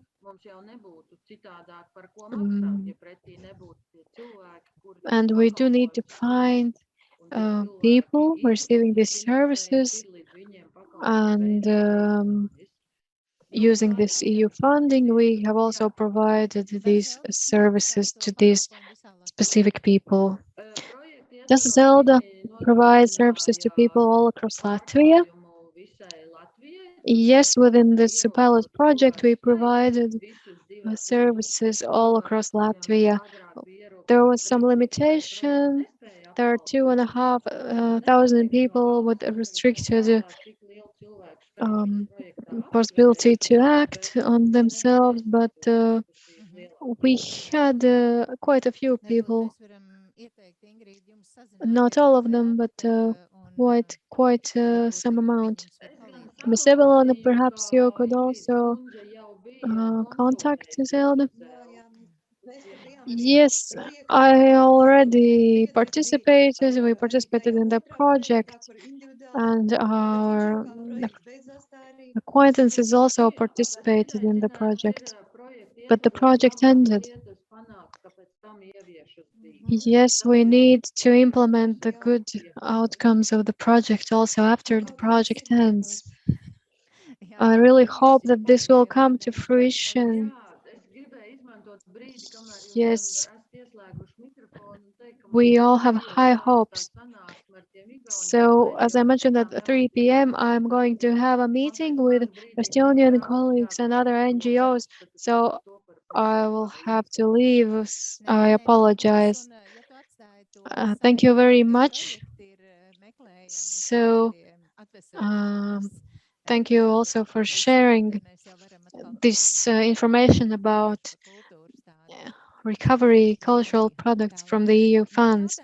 So we will move on to different questions. I have a question to Diāna Ponaskova. So what do you think is the contribution of this conference? Do you think this will have a positive impact on cultural rights situation for people with special needs or awareness? People who have participated in Come Along Foundation events, probably who are close to the foundation, are aware that we are also at an impasse. We have scored a 10-year agreement for premises, but there's no ramp or any other access. So we're trying to get at least one elevator from the Riga City Council. So what do you think, Diāna? Today we covered a real lot of topics, and I was happy to hear about the experience in Estonia and Sweden as well. At the same time, it's very important for us to share the current situation and the obstacles that we are facing right now in practice.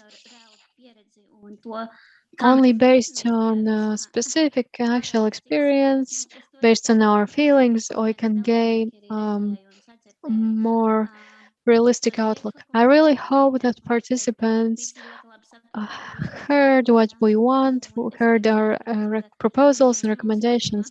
I realize that there is still a lot to do. And personally, I really hope that the issues of physical accessibility would be solved as soon as possible.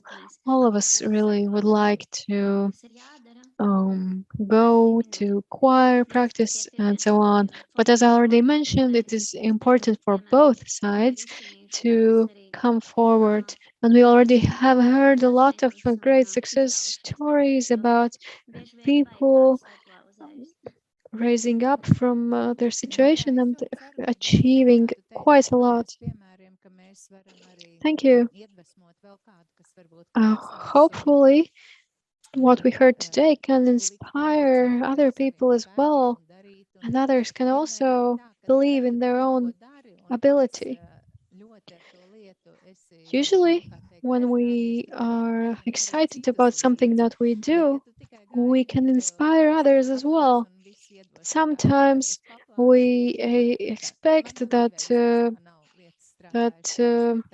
someone will come and give it to you just so, then it usually will not happen.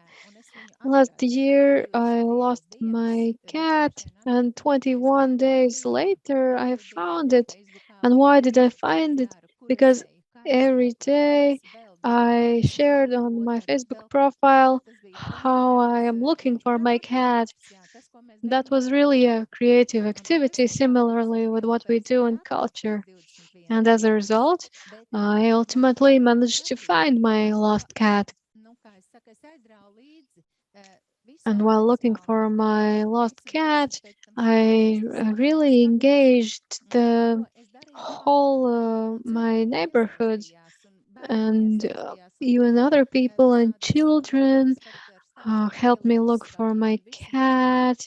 And this was a great event that brought a lot of people together. And this works as an analogy. If we are active, then others will join in and assist you as well. In the Come Along Foundation, we often starting from just €0 because we don't have any money. But we start with an idea. I think idea should have to be the first step. When I organized the first Come Along festival at the Riga City Council, they said, so you don't have the budget approved? And I said, well, if I were waiting for the expenses and costs to be approved, then nothing would happen.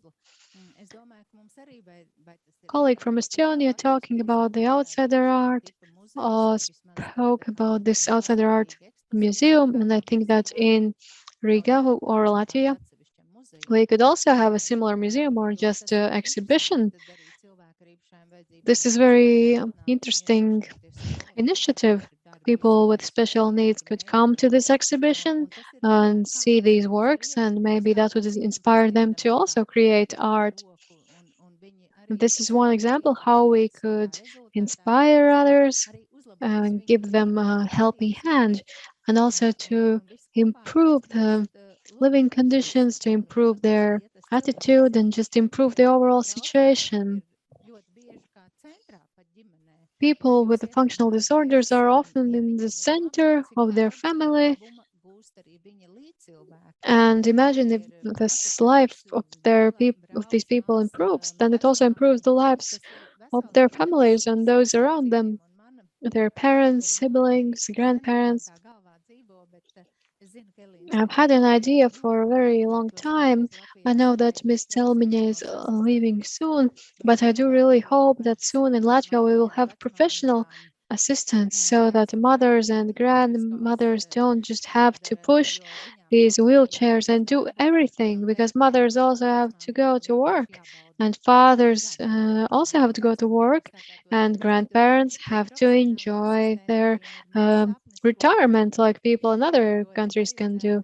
So I do really hope that this dream could come true. They would probably need to have some little education similar like nurses, just basic education in medicine. So if you need an assistant for just like 2 hours, they could come and help you. I would really like for this to be implemented in Latvia.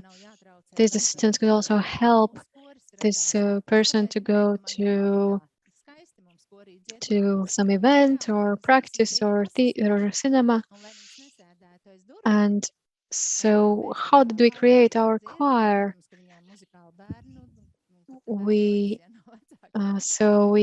invited these children and also their mothers who also could sing very well. But these mothers were also assistants at the same time. We really wanted to find assistants who could sing and also take these children to the choir practice, but instead we just have the mothers.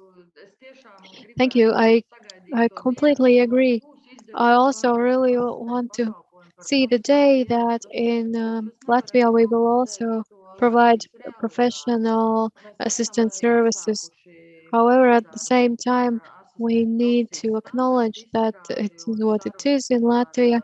We are already working on the professional standard of assistance. We are also having talks with one of the colleges in Riga about a training program.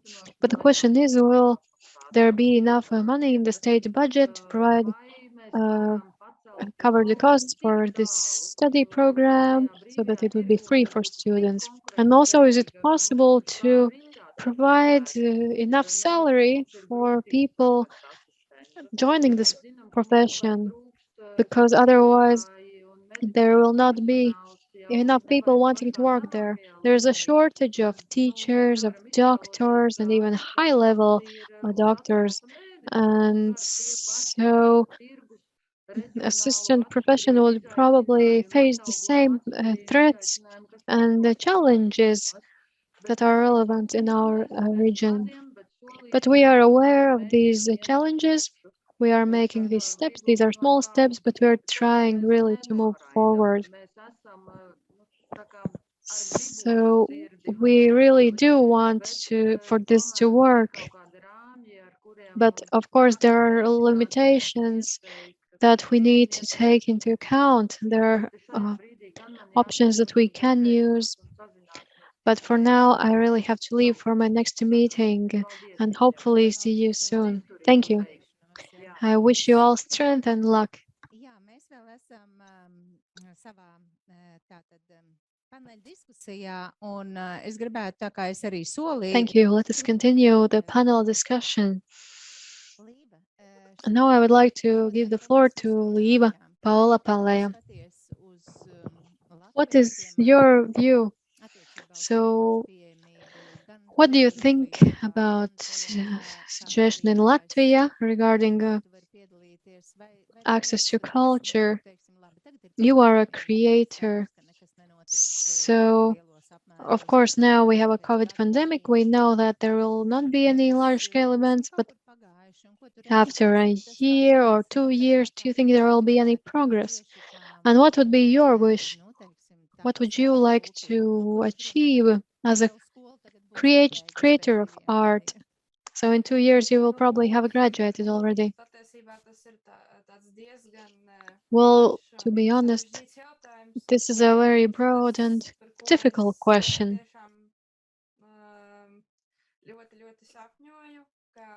I do have a dream. I really dream as an artist, someone who creates cultural products. So I am a musician, so I really do hope that people with any kind of disorders would have the opportunity to fully participate in creating cultural products. In my previous speech, I already spoke about participation in symphony orchestras. So I think that my experience participating in a symphony orchestra project is a great example. In this orchestra, there were no participants with functional disorders, but people in Bremen had a very positive attitude against my participation. They didn't really pay that much attention to whether or not I have these disorders. However, talking about access to content in culture, it's clear that it is still lacking. And also descriptions of audiovisual art. I think that public media in Latvia could provide more subtitles. But we also need some audio descriptions for some visual materials. These audio descriptions could be very helpful for people with impaired vision. And if you have impaired vision, then you can use these audio descriptions. For example, in a movie, there is no dialogue. You could just listen to this description. There are many action movies. There's a lot of special effects. There's a lot of action. However, it's unclear what's going on. Perhaps you can listen to the sound. Perhaps you can understand where the movie characters are. But I really think that it's important to provide some audio description for similar situations. The same applies also to theater and drama content. Of course, the young and talented people should all have the opportunities to participate in cultural events. They should have a chance to create a high quality cultural product that everyone could enjoy. I think there have been very few examples, but hopefully, gradually, the situation will improve. I have also gone to the Latvian National Theatre. It's quite a good experience. So I think they really have created a very good project. They have created a production that is enjoyable for everyone, regardless of whether or not the audience has impaired vision or no. That is one positive example. At the same time, of course, accessibility for people with mobility impairments is also important. As far as I know, the theater doesn't have an elevator, and not everyone can climb the stairs, and especially not to the balcony, which is very high. So, and so you would like to add something about books?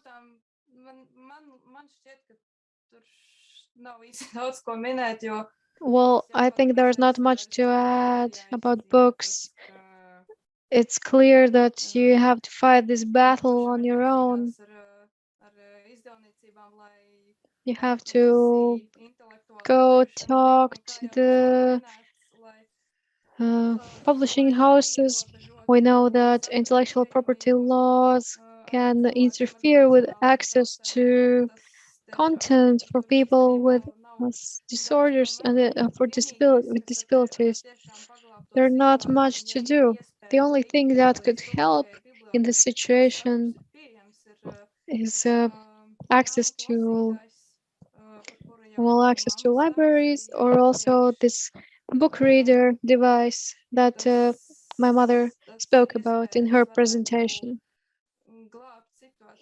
This book reading device could really help university students in particular.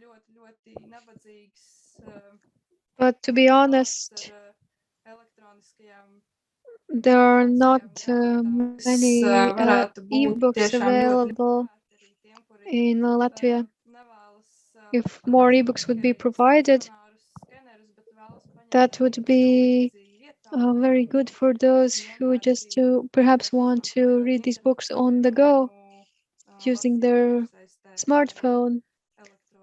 So that would be a very good option if there was better access to plain text format to books.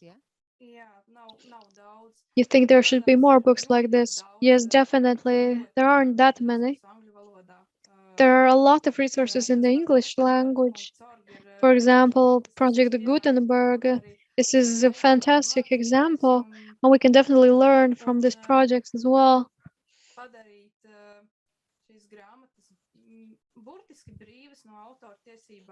So we should really free these books from copyright or other legal restrictions and make them more accessible. Is this could be Ministry of Culture issue, because they are responsible for the libraries. All municipalities, knowing that in their municipality there are people with impaired vision, should be aware that the library is the place where the books could be provided. And perhaps we could buy one this book reader for each municipality.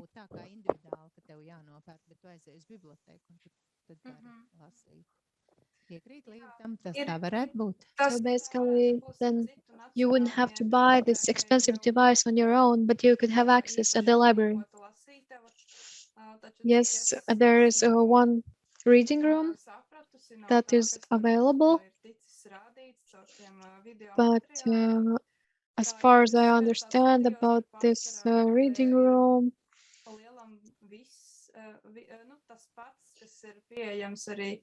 the books available in this reading room are the same as in the Latvia's library for people with impaired vision. And I already have this printing device at home. I think it would be great if there was better access to some Braille output devices. Not all of the devices are compatible with Braille. If you are using an iPhone, there is a Latvian Braille input. You can use a Braille keyboard, or you can use a Braille screen, which is very convenient and easy to use. And in addition, in the library, there's also access to various other materials. There's a scanner. There's quite a lot of audio resources. Well, the National Library of Latvia and also the Library for people with impaired vision are going in the right direction. These libraries are taking steps to make content more accessible for people with impaired vision, and in particular, digital content.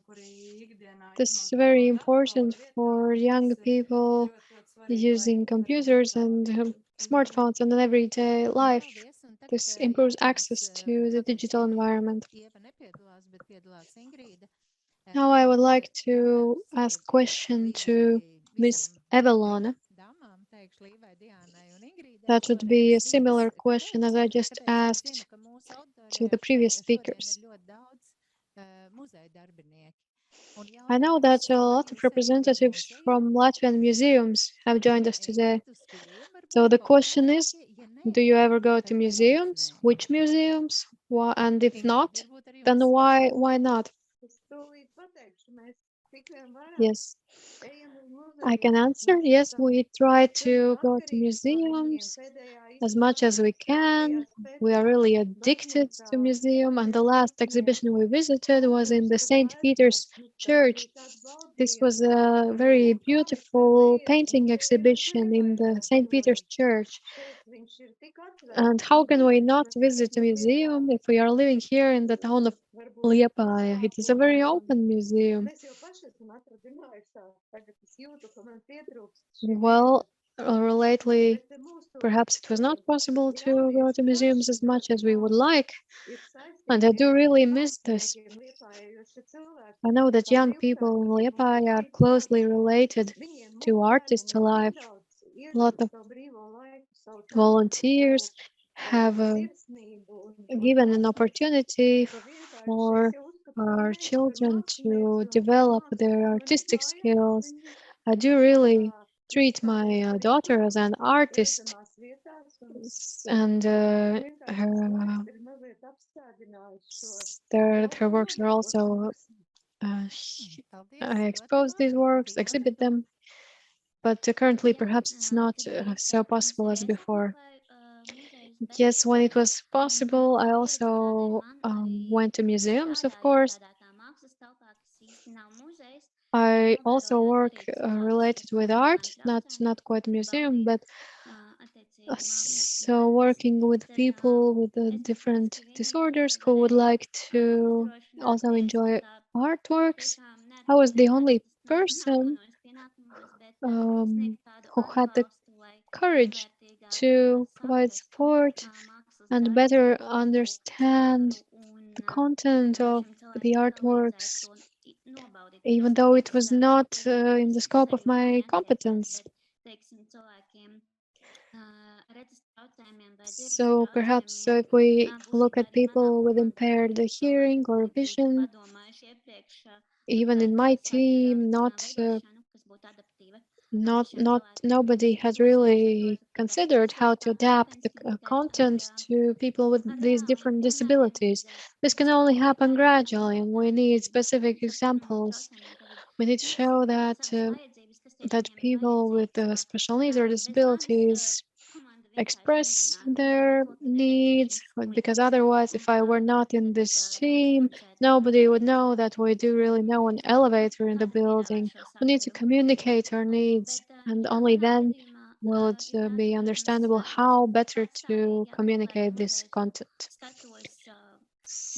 But as I mentioned, I do really try to visit museums on my own when I have the opportunity. And I have noticed that in the largest museums, such as the Riga Bors in Riga, accessibility is better, but still there are many museums where I know that access is impossible for me. And sometimes I just ask for help. For example, I went to the photography museum. There was a spiral staircase. I didn't even know that the exhibition is on 2 floors. So basically, I needed their assistance to enjoy the full exhibition, not just the first floor. And what I did was I explicitly asked for help. And I have also realized that when I'm asking for help, I need to communicate what exactly I need and how people can help me. So basically, they think that's easy. I will just put her on a normal chair. We will carry her upstairs on the spiral staircase. But you must realize that each person has a right to their own body.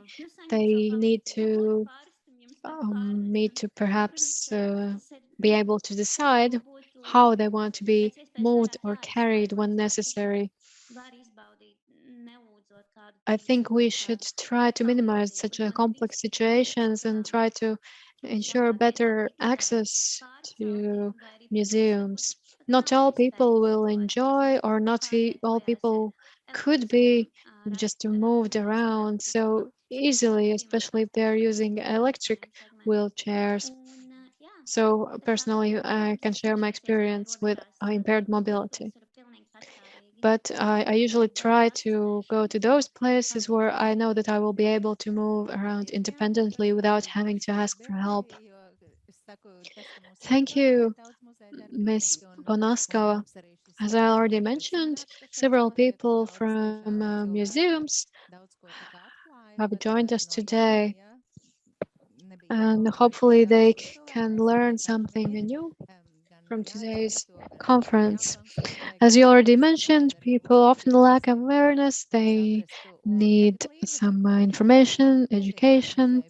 And now perhaps Lieva Paula Paleja could share her experience going to museums in Latvia. Well, to be honest, my experience in visiting museums is not very positive.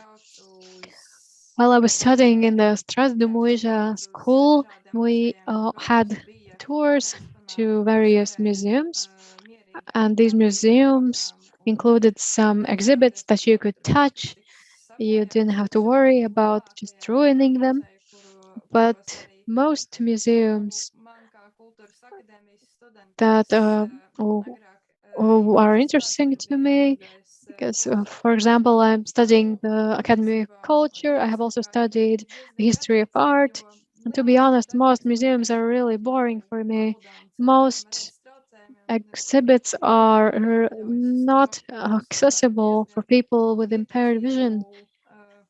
There's really a very scarce opportunities for me to enjoy them. And I have to rely on some description, just very vague and generic description of a painting, or just very basic description of some sort of statue that's visible behind the glass.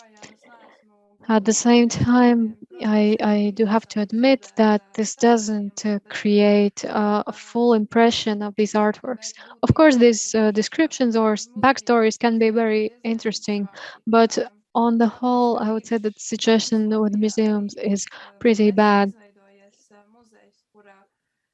In Latvia, recently a new museum was founded, a museum that is tailored to people with impaired vision.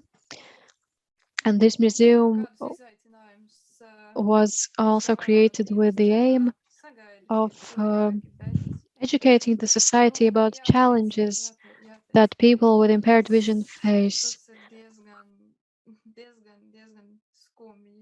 However, I think this is a pretty sad situation if we think about it.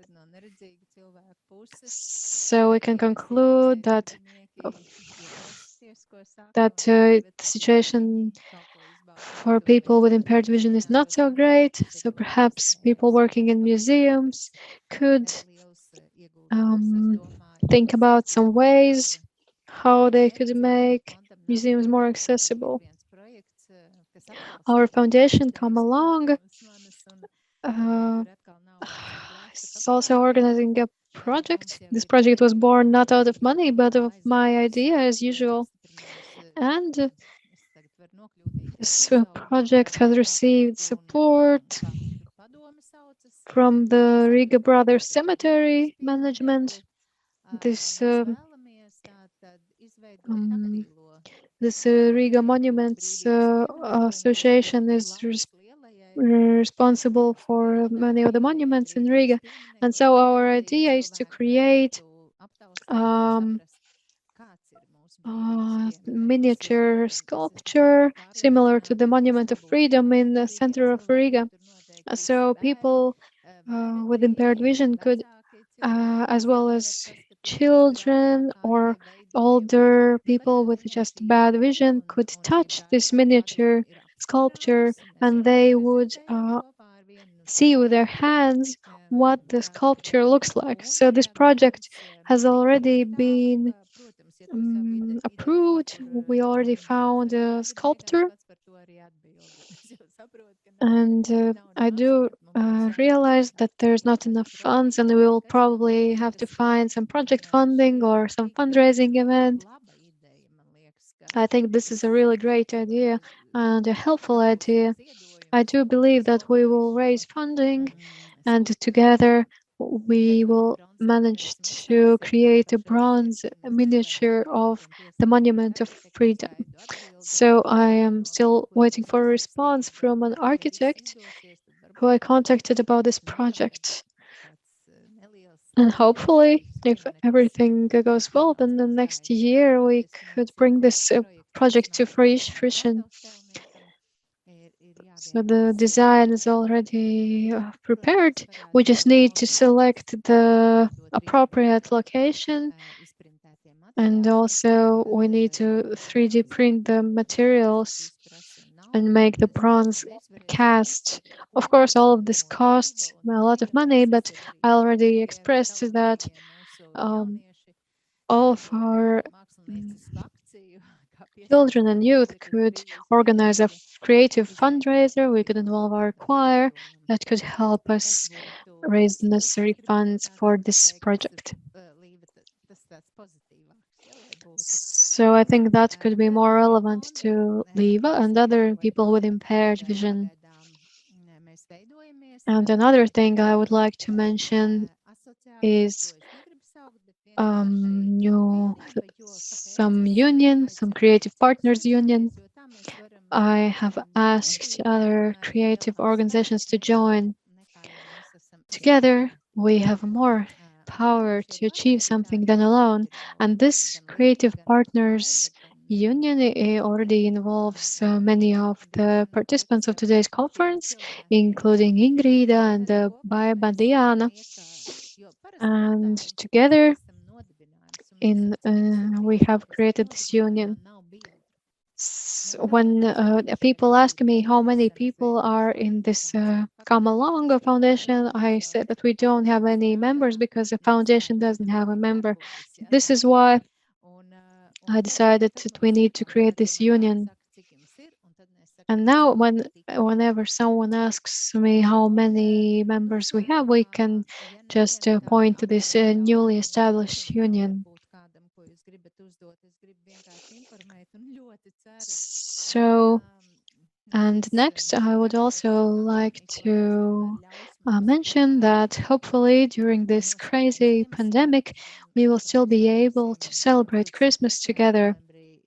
And hopefully on the 23rd of November, if the restrictions will be lifted, we can open the outsider art exhibition in the National Library of Latvia and the basement floor conference center. Information about this exhibition will definitely be available on the website of our foundation and also on our Facebook page. If you are interested, you can watch this conference again, and the recording will be available online. And possibly there will also be some materials available online on the website. So perhaps if you missed some part of the conference, you can watch it later on the internet when you have the time on the TV24 website. Also, I would like to thank our sign language interpreters and also our Latvian English interpreter. So thank you all the staff.